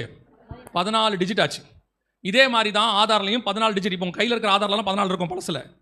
ஆனால் அதுக்கப்புறம் என்ன பண்ணாங்கன்னு கேட்டிங்கன்னா அதை 16 இலக்கமாக மாற்றினாங்க. இப்போ வர புது ஆதார்லாம் பாருங்கள் VIDன்னு ஒன்று கீழே இருக்கும். அந்த ஆதாருக்கு கீழே என்ன இருக்கும்? VID. அதில் என்ன போடுங்கன்னா விர்ச்சுவல் ஐடின்னு பேர். VIDனா அதாவது வெளியே உங்கள் கையில் 12 இலக்கம் இருக்கும், ஆனால் உள்ளே போனால் 16 இலக்கம் இருக்கும். ஆல்ரெடி உங்கள் நம்பரை 16 இலக்கத்துக்கு என்ன செஞ்சாச்சு? மாற்றியாச்சு. இது பேப்பரில் வந்த செய்தி. 14 இலக்கத்தில் மாற்று அடையாள எண் ஆதார் எண்ணை வழங்குவதற்கு பதில் 16 டிஜிட்டில் கொடுத்தாச்சு. இந்த 16 டிஜிட் தான் கரெக்ட். இன்னொன்று கவனிச்சு பாருங்க, உங்கள் கையில் டெபிட் கார்டு இருக்கா? டெபிட் கார்டு கிரெடிட் கார்டு வச்சுருக்கீங்களா? எத்தனை டிஜிட் நம்பர் இருக்கு? எத்தனை இருக்கு? பார்த்தது இல்லையே. கார்டு கிடைச்சதே பெரிய விஷயம். அதை நம்ம எடுத்துக்கொண்டு போய் யூஸ் பண்ணுறதோட சரி. ஆரம்பத்தில் 14 டிஜிட் தான் வந்துச்சு. அப்புறம் 15 16 ஆகி இப்போ எத்தனை டிஜிட் இருக்கு உங்ககிட்ட? 16 டிஜிட் நம்பர் இருக்கும். எந்த கிரெடிட் கார்டு டெபிட் கார்டு உலகளாவிய எந்த கிரெடிட் கார்டு டெபிட் கார்டு பார்த்தாலும் எத்தனை டிஜிட் இருக்கும்? 16 டிஜிட். உங்கள் ஆதார் எத்தனை டிஜிட்? 16 டிஜிட். இப்போ உங்கள் செல்ஃபோன் எத்தனை? நல்லா சவுண்டாக சொல்லுங்கள். அதெல்லாம் 15 மாற்றி ரொம்ப நாள் ஆச்சு. இந்த பாருங்க, இது ட்ராயில் கொடுத்தது. 11 இலக்க மொபைல் எண்கள் விரைவில் வழங்க நீங்கள் தெரிந்து கொள்ள வேண்டியது. இது கொடுத்தாச்சு. இப்போ உங்களுக்கு 11னா +91 போட்டால் அது ஒரு 4 15 ஆச்சா? இதையும் 16 ஆக்குவாங்க. இதில் என்ன செய்வாங்க? 16. அப்போ உங்கள் செல்ஃபோன் 16, உங்களுடைய பேங்க் டிரான்சாக்ஷன் 16, உங்கள் ஆதார் 16, இந்த எல்லா 16ஐயும் மாற்றி ஒரு 16ஆக மாற்றிடுவாங்க. எப்படிங்க மாற்றுவாங்க? ஒரு 16 எப்படி மாற்ற முடியும்? செல்ஃபோன் ஒன்றில் இருக்குது, ஆதார் ஒன்றில் இருக்குது, பேங்க் ஒன்றில் இருக்குது. இதெல்லாம் ஒரு 16ஆக மாற்ற முடியுமா? மாற்றியாச்சு. உங்களை எல்லாத்தையும் ஆதாரோட இணைக்க சொன்னாங்க, ஞாபகம் இருக்கா? எல்லாத்தையும் கொண்டு போய் எதோட இணைக்கணும்? ஃபஸ்ட்டு எப்போ இணைக்க சொன்னாங்க தெரியுமா? ஒரு 11 12 12 20 வருஷத்துக்கு முன்னாடி 2008ன்னு நினைக்கிறேன். கேஸோட இணைக்க சொன்னாங்க. அப்போ தான் கேஸ் மானியத்தில் கிடைக்கும்னாங்க, ஞாபகம் இருக்கா?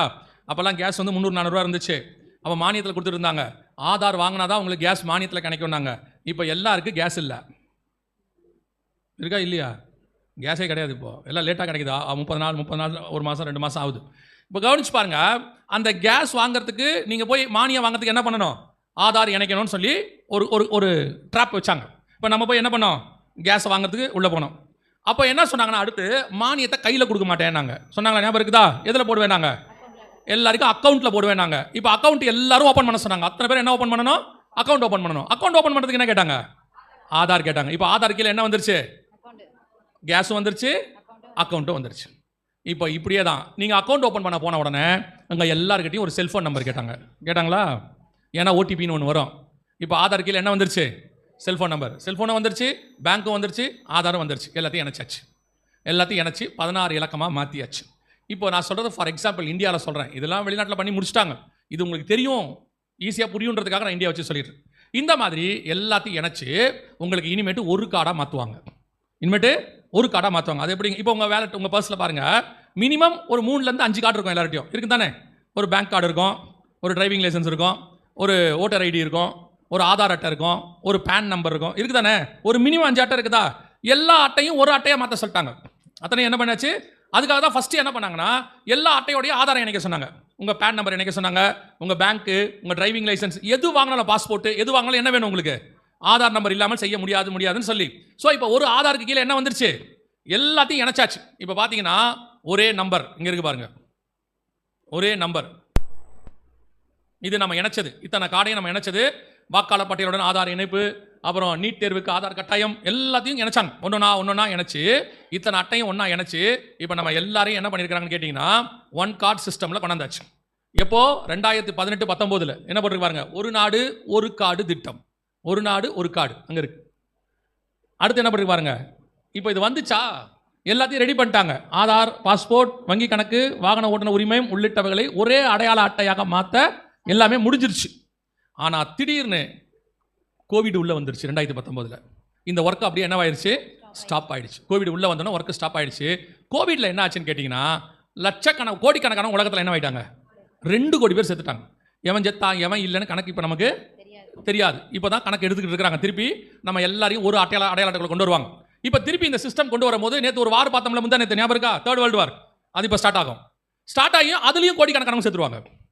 இப்போ என்ன பண்ணுவாங்கன்னு கேட்டிங்கன்னா, ஸோ இதுக்கப்புறம் இந்த அக்கௌண்ட் டீடைல்ஸ் எல்லாத்தையும் திருப்பி கொலாப்ஸ் ஆயிரும். ஏன்னு கேட்டிங்கன்னா, கோவிட்ல எவ்வளோ பேர் இருக்காங்க, எவ்வளோ பேர் செத்தாங்கன்னு சைனாவில் நமக்கு சொல்லவே இல்லை, WHO ரிப்போர்ட் கொடுக்கவே இல்லை அவங்க. அது மட்டும் இல்லை, இப்போ நமக்கு போய் அரசாங்கத்தில் செத்தவங்க கணக்கு தான் இருக்கு. இப்போ கோவிட்ல பல நாடுகளில் வந்து கிராமங்களில் செத்தவங்களை தூக்கி போட்டு எரிச்சிட்டாங்க. அந்த அக்கௌண்ட்லாம் இல்லை, இப்போ எதுவுமே இல்லை. ஸோ திருப்பி பழையபடி என்ன செய்ய வேண்டியிருக்கு. நான் அதை எப்படி எடுத்துக்கிட்டேன்னா, கோவிட் என்பது ஒரு சோகமான சம்பவம். ஆனால் அதுக்கு நடுவில் ஒன்று நடந்துச்சு. வருகைக்கான ஒரு காலம் தாமதமாச்சு. எல்லாரையும் ஆண்டவர் உள்ளுக்குள்ளே கொண்டு வருவதற்கு தாமதிக்கிறார் என்று சிலர் எண்ணுகிறபடின்னு இருக்குல்ல. ஸோ சுவிசேஷம் திருப்பி சொல்றதுக்கு நான் நம்புறேன், கோவிடுக்கு பிறகு ஒரு பெரிய கூட்டம் ஆண்டவர் பக்கம் திரும்பி இருக்கிறது, வசனத்தின் பக்கம் திரும்பி இருக்கிறது. நான் விசுவாசிக்கிறேன். நிறைய பேர் ஆண்டவர்கிட்ட வந்திருக்கிறாங்க கோவிடுக்கு பிறகு. அதே மாதிரி இப்போ ஒரு வாரம் ஒன்று வரும். இதுக்கு பின்னாடியும் ஒரு பெரிய கூட்டம் ஆண்டவர்கிட்ட வரும். புரியுதா உங்களுக்கு? அதை ஒட்டியும் கர்த்தர் என்ன பண்ணுவார், ஒரு பெரிய கூட்டத்தை ஆதாயம் பண்ணுவார். இப்போ இவங்க என்ன பண்ணுவாங்கன்னா, நான் சொல்றது உலகளாவே என்ன பண்ணுவாங்கன்னா, திருப்பி எல்லாரையும் செட் பண்ணி ஒரு நம்பரை கொடுத்து கரெக்ட் பண்ணலாம் நினைக்கும் போது வாரம் வந்துடும். அப்போ உலகத்தில் இருக்கிற எல்லா நாட்டிலையும் இதுதான் நடக்கும். இப்போ எப்படி கோவிட் வந்துச்சு, இப்போ திருப்பி இன்னொரு பேண்டமிக் ஆரம்பிக்க போதுன்றாங்க. ஹன்சா வைரஸோ என்னமோ சொல்றாங்க, அது வரப்போதுன்றாங்க. வருதா இல்லையான்னு தெரியாது, ஆனால் ஒரு வைரஸ் கண்டிப்பாக வரும்னு வச்சுக்கோங்களேன். ஸோ இது எல்லாம் நடக்கும் பொழுது திருப்பி ஒரு பெருமளவில் மக்கள் தொகை குறையும். திருப்பி என்ன பண்ணுவாங்க, திருப்பி ஒரு செட் பண்ணுவாங்க. அப்போ செட் பண்ணும்போது என்ன செய்வாங்கன்னு கேட்டிங்கன்னா, திருப்பி உங்களுக்கு அட்டை கொடுக்க மாட்டாங்க. என்ன கொடுக்க மாட்டாங்க, அட்டை கொடுக்க மாட்டாங்க. அட்டைக்கு பதிலாக வேறொன்று தருவாங்க. அதுக்கு பேர் தான் ID 2020. இங்கே இருக்கு பாருங்க, ID 2020. இது உங்களுக்கு தருவாங்க. இதுக்கு பேர் தான் பயோ சிப் அப்படின்பாங்க, வெரி சிப் அப்படின்னு சொல்லுவாங்க. அதுக்கு நிறைய பேர் இருக்குது, ஆனால் சிப் இதுக்கு பேர். இந்த சிப்பை தான் உங்களுக்கு போட போகிறாங்க. இந்த சிப்பு இப்போது 2020 பில்கேட்ஸ் ரெடி பண்ணிட்டார். அதனால தான் அதுக்கு பேர் ID 2020. இது பில்கேட்ஸ் ரெடி பண்ணது. இந்த சிப்பை அவர் என்ன சொல்கிறாருன்னா, இதை கையில் போட்டாச்சுன்னா, இதை பற்றி நான் உங்களுக்கு பின்னாடி நிறைய சொல்கிறேன். அடுத்து நம்ம இதை தான் பார்க்க போகிறோம். இதுதான் உங்கள் வலது கைக்கும் நெத்திக்கும் போட போகிறாங்க. ஆனால் இந்த சிப்பை ஏன் உங்களுக்கு போடுறாங்க, இந்த சிப்பை போடுறதன் மூலமாக அவங்க என்ன பண்ண போகிறாங்க அப்படின்னா, ஃபர்ஸ்ட் பாயிண்ட் என்ன பண்ண போகிறாங்கன்னா, நீங்கள் பார்க்குறீங்களே இந்த அட்டை எல்லாத்தையும் பார்த்தீங்கல்ல, இந்த எல்லா அட்டையிலையும் பாருங்கள் காமனாக ஒரு விஷயம் இருக்கும்.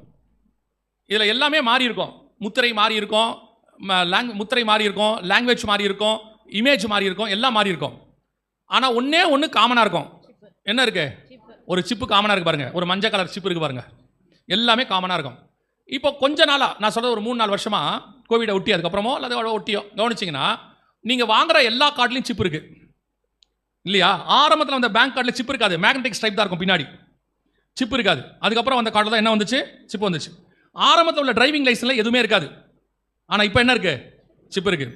ஆரம்பத்தில் வந்த ரேஷன் கார்டு பார்த்தீங்கன்னா புக்கு மாதிரி இருக்கும், சின்ன புக்கு மாதிரி. இப்போ என்ன இருக்குது, ஸ்மார்ட் கார்டு இருக்குது, அதில் என்ன இருக்குது, ஒரு சிப் இருக்குது. எல்லா அட்டையிலையும் இப்படி ஒரு சிப் வச்சு கொடுத்துட்டாங்க உங்களுக்கு. ஸோ இப்போ உங்ககிட்ட இருக்கிற பேங்க் கார்டில் சிப் இருக்குது, அடுத்து கொடுக்க போகிற ஆதார் கார்டில் என்ன இருக்குது, சிப் வச்சு கொடுப்பாங்க. அடுத்து கொடுக்கக்கூடியதான டிரைவிங் லைசன்ஸில் சிப் இருக்குது, ரேஷன் அட்டையில் சிப் இருக்குது, எல்லாத்துலேயும் இப்படி சிப் வச்சு கொடுத்தாச்சு. இந்த சிப்பு அப்படின்னா என்ன, இதை வேறு எங்கேயாவது பார்த்துருக்கீங்களா? இது இல்லாமல், அட்டையில் இல்லாமல் வேறு எங்கேயாவது பார்த்துருக்கீங்களா? எங்கே பார்த்துருக்கோம், சிம் கார்டு, ஃபோன். இந்த நம்பரோட எதை நீங்கள் இணைக்க போகிறீங்க, ஆதாரோட ஃபோன் நம்பரையும் இணைக்க போகிறீங்க. ஆனால் ஃபோன் நம்பர் ஆக்டிவேட் ஆகுது அல்லது ஃபோன் நம்பர் வேலை செய்யுதுன்னா அதுக்கு அடிப்படை என்ன வேணும் தெரியுமா, இந்த சிம் கார்டு வேணும். இது இல்லாவிட்டால் உங்கள் ஃபோனு எத்தனை 1000 ரூபாவோ லட்சமாக இருந்தாலும் சரி, சில ஃபோன்லாம் 1.5 லட்சம் 2 லட்சம் சொல்கிறாங்க, சில ஃபோன் 30,000 40,000 சொல்கிறாங்க. எந்த ஃபோனாக இருக்கட்டும், பட்டன் ஃபோனோ டச் ஃபோனோ எதுவானா இருக்கட்டும், இந்த சிம் கார்டு இல்லாட்டி என்ன செய்யாது, வேலை செய்யாது. சிம்னா என்ன, இந்த வார்த்தைக்கு என்ன அர்த்தம், SIM அப்படின்னு சொல்கிறோம்ல, அப்படின்னா என்ன அர்த்தம் தெரியுமா, சப்ஸ்கிரைபர் ஐடென்டிஃபிகேஷன் மாடுல் அப்படின்னு அர்த்தம். அப்படின்னா அதோட ஷார்ட் ஃபார்ம் தான் சிம்மு, சப்ஸ்கிரைபர் ஐடென்டிஃபிகேஷன் மாடுல். அப்படின்னா என்ன அர்த்தம்னா, கூப்பிடுகிறவரை கண்டுபிடிக்கிற கருவி அப்படின்னு அர்த்தம். உங்களை ஒருத்தர் கூப்பிட்றாரு, உங்களை கண்டுபிடிக்கிற கருவி அது உள்ள இருக்குன்னு அர்த்தம். அந்த கருவிக்கு பேர் கண்டுபிடிக்கிற கருவி, அதான் ஷார்ட்டாக சிம்மு. நீங்கள் சிம்முன்னு சொல்கிறதுனால உங்களுக்கு அதுக்கு அர்த்தம் என்ன செய்யலை தெரியல. நீங்கள் போய் தமிழில் கேட்டு பாருங்கள், இனிமேல் சிம்மு வாங்கும் போது கடைக்கு போயிட்டு சிம்மு காட்ட வரும்போது என்ன கேட்கணும், தமிழில் கேட்டு பாருங்கள், என்னை கண்டுபிடிக்கிற கருவி ஒன்று தருவோம். இல்லை அதான் அதோட அர்த்தம், ஆக்சுவல் ஃபேக்ட் அதான், என்னை கண்டுபிடிக்கிற கருவி ஒன்று தருவோம். அவர் கொடுத்துருவார். அடுத்து என்ன கேட்பீங்க, வாங்கின உடனே இந்த சிம் கார்டை வாங்கினோடனே என்ன கேட்பீங்க அவரை, எப்போ இது என்னை எப்போ கண்டுபிடிப்பீங்கன்னு அர்த்தம். ஆக்டிவேஷனா என்ன? டவர் வந்து உங்களுக்கு கால் வரதானே ஆக்டிவேஷனு. என்ன எப்போ கண்டுபிடிப்பீங்க? அவர் சொல்கிறாரு ஒரு 4 மணி நேரம் ஆகும்னு சொல்கிறாரு. நீங்கள் என்ன சொல்வீங்க திருப்பி? கொஞ்சம் சீக்கிரம் கண்டுபிடிங்க, சீக்கிரம் ஆக்டிவேட் பண்ணுங்க, அதானே சொல்கிறீங்க. இப்போ உங்கள் வாயால் நீங்கள் தானே கண்டுபிடிக்க சொல்லியிருக்கீங்க, வாக்குமூலம் நீங்கள் தானே கொடுத்துருக்கீங்க. என்னை கண்டுபிடிக்கிற கருவி ஒன்று கொடுங்க, கொஞ்சம் சீக்கிரமாக என்னை கண்டுபிடிங்க. அது கண்டுபிடிக்க முடியலன்னா திருப்பி இன்னொரு ஃபோன்லேருந்து ஃபோன் பண்ணி என்னை நீங்கள் கண்டே பிடிக்கலையே, நானும் பார்த்துக்கிட்டே இருக்கிறேன், டவரே வரமாட்டேன். அப்புறம் ஒரு ஃபோன் வந்தவொடனே ஆமாங்க என்னை கண்டுபிடிச்சிட்டாங்க, ரொம்ப சந்தோஷம். தமிழில் பேசாமல் இங்கிலீஷில் பேசாமல் உங்களுக்கு ஒன்றும் புரியாமல் இருக்குது, அவ்வளோதான். அப்போது உங்களை கண்டுபிடிக்கிற கருவி தான் என்னது? சிம். இப்போ இந்த சிம் உங்களை எப்படி கண்டுபிடிக்க தெரியுமா? இப்போ நீங்கள் எல்லாம் இங்கே உட்காந்துருக்கீங்க, உங்களை ஒருத்தர் எங்கேருந்தோ கூப்பிட்றாரு, இவ்வளோ கூட்டம் இருக்குது இல்லையா, எப்படி உங்கள் ஃபோனுக்கு கால் வருது?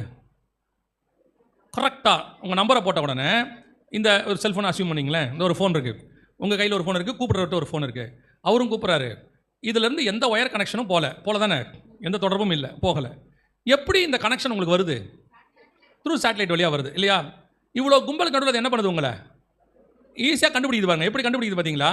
அப்போது இதை கண்டுபிடிக்கிறதுக்கு உங்கள்கிட்ட இருக்கிற மிக முக்கியமான கருவி அது அந்த சிம் கார்டு. கவனிங்க, இது ஷாங்காயில் வெளியிட்டதான ஒரு வீடியோ, எப்படி உங்களை கண்டுபிடிக்கிறாங்கன்றது. இதான் சேட்டலைட், நல்லா கவனிச்சுக்கொள்ளுங்க, இதான் சேட்டலைட். இந்த மாதிரி ஏறக்குறைய 3000 சாரி இப்போலாம் எங்கேயோ போயிடுச்சு, கிட்டத்தட்ட 20,000-30,000 சேட்டலைட், 1,00,000 சேட்டலைட் லான்ச் பண்ண போகிறாங்களாம். எலான் மாஸ்க் சொல்கிறாரு, மேலே அடிச்சுக்க போகிறாங்க இப்போ இனிமேட்டு, அங்கே ஆக்சிடென்ட் ஆக போகுது, அந்த அளவுக்கு சேட்டலைட் லான்ச் பண்ணுறாங்க. இப்போ நல்லா கவனிச்சிங்கன்னா இந்த மாதிரி மேலே சுற்றிட்டு இருக்கு. இது இப்போ ஒவ்வொரு சிட்டிக்கு மேலேயும் லான்ச் பண்ணியிருக்காங்க. ஒரு சேட்டலைட்டுக்கு பேர் ஐயா அந்த ஸ்கைன்னு பேர். அப்படின்னா என்ன? வானத்தில் ஒரு கண் அப்படின்னு அர்த்தம். இஸ்ரேல் பண்ணியிருக்கு, இப்போ இந்தியா கூட பண்ணியிருக்கு, நிறைய நாடு பண்ணியிருக்காங்க ஐயா அந்த ஸ்கை அப்படிமா. அதோட அர்த்தம் என்னன்னா, எந்த மழை அடித்தாலும் வெயில் அடித்தாலும் என்ன பண்ணாலும் எவ்வளோ கருமேகம் இருந்தாலும் சேட்டலைட் அதை ஊடுருவி உங்களை பார்க்கும். இப்போ சமீபத்தில் பாருங்கள், ஈரான் இஸ்ரேல் வார் நடக்குதுல்ல, அந்த ஈரானிய தலைவர்களை குறி வச்சு கரெக்டாக அடிக்கிறாங்களா பங்கருக்குள்ளே இருக்கிறவங்களாம். அதுக்கு ரீசன் என்ன தெரியுமா? சேட்டலைட். அந்த சேட்டலைட்லேருந்து அந்த இப்போ நம்ம வந்து சொல்கிறோம் நம்பரை கண்டுபிடிக்குதுன்னு, நம்பரில் அவரோட பிளட் குரூப்பை வச்சு கண்டுபிடிக்கிறாங்க.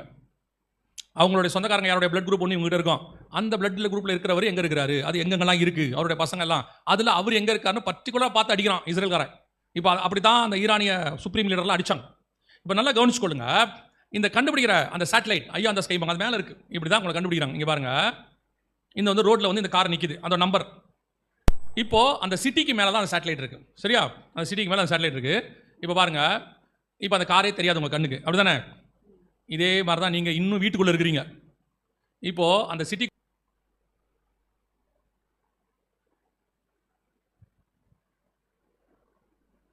தெரியுதா? இப்படித்தான் உங்களுடைய கார் நம்பர் 2 வீலரை செக் பண்ண முடியும். இப்போ நல்லா கவனிச்சிங்களா? ஆர்டிஓவில் முந்தி மாதிரி நம்ம நம்பர் பிளேட் வாங்க முடியாது, நம்பர் பிளேட் அவங்களே தான் கொடுக்குறாங்க. அது உள்ள என்ன இருக்குன்னா ஜிபிஎஸ் கருவி வச்சு கொடுப்பாங்க.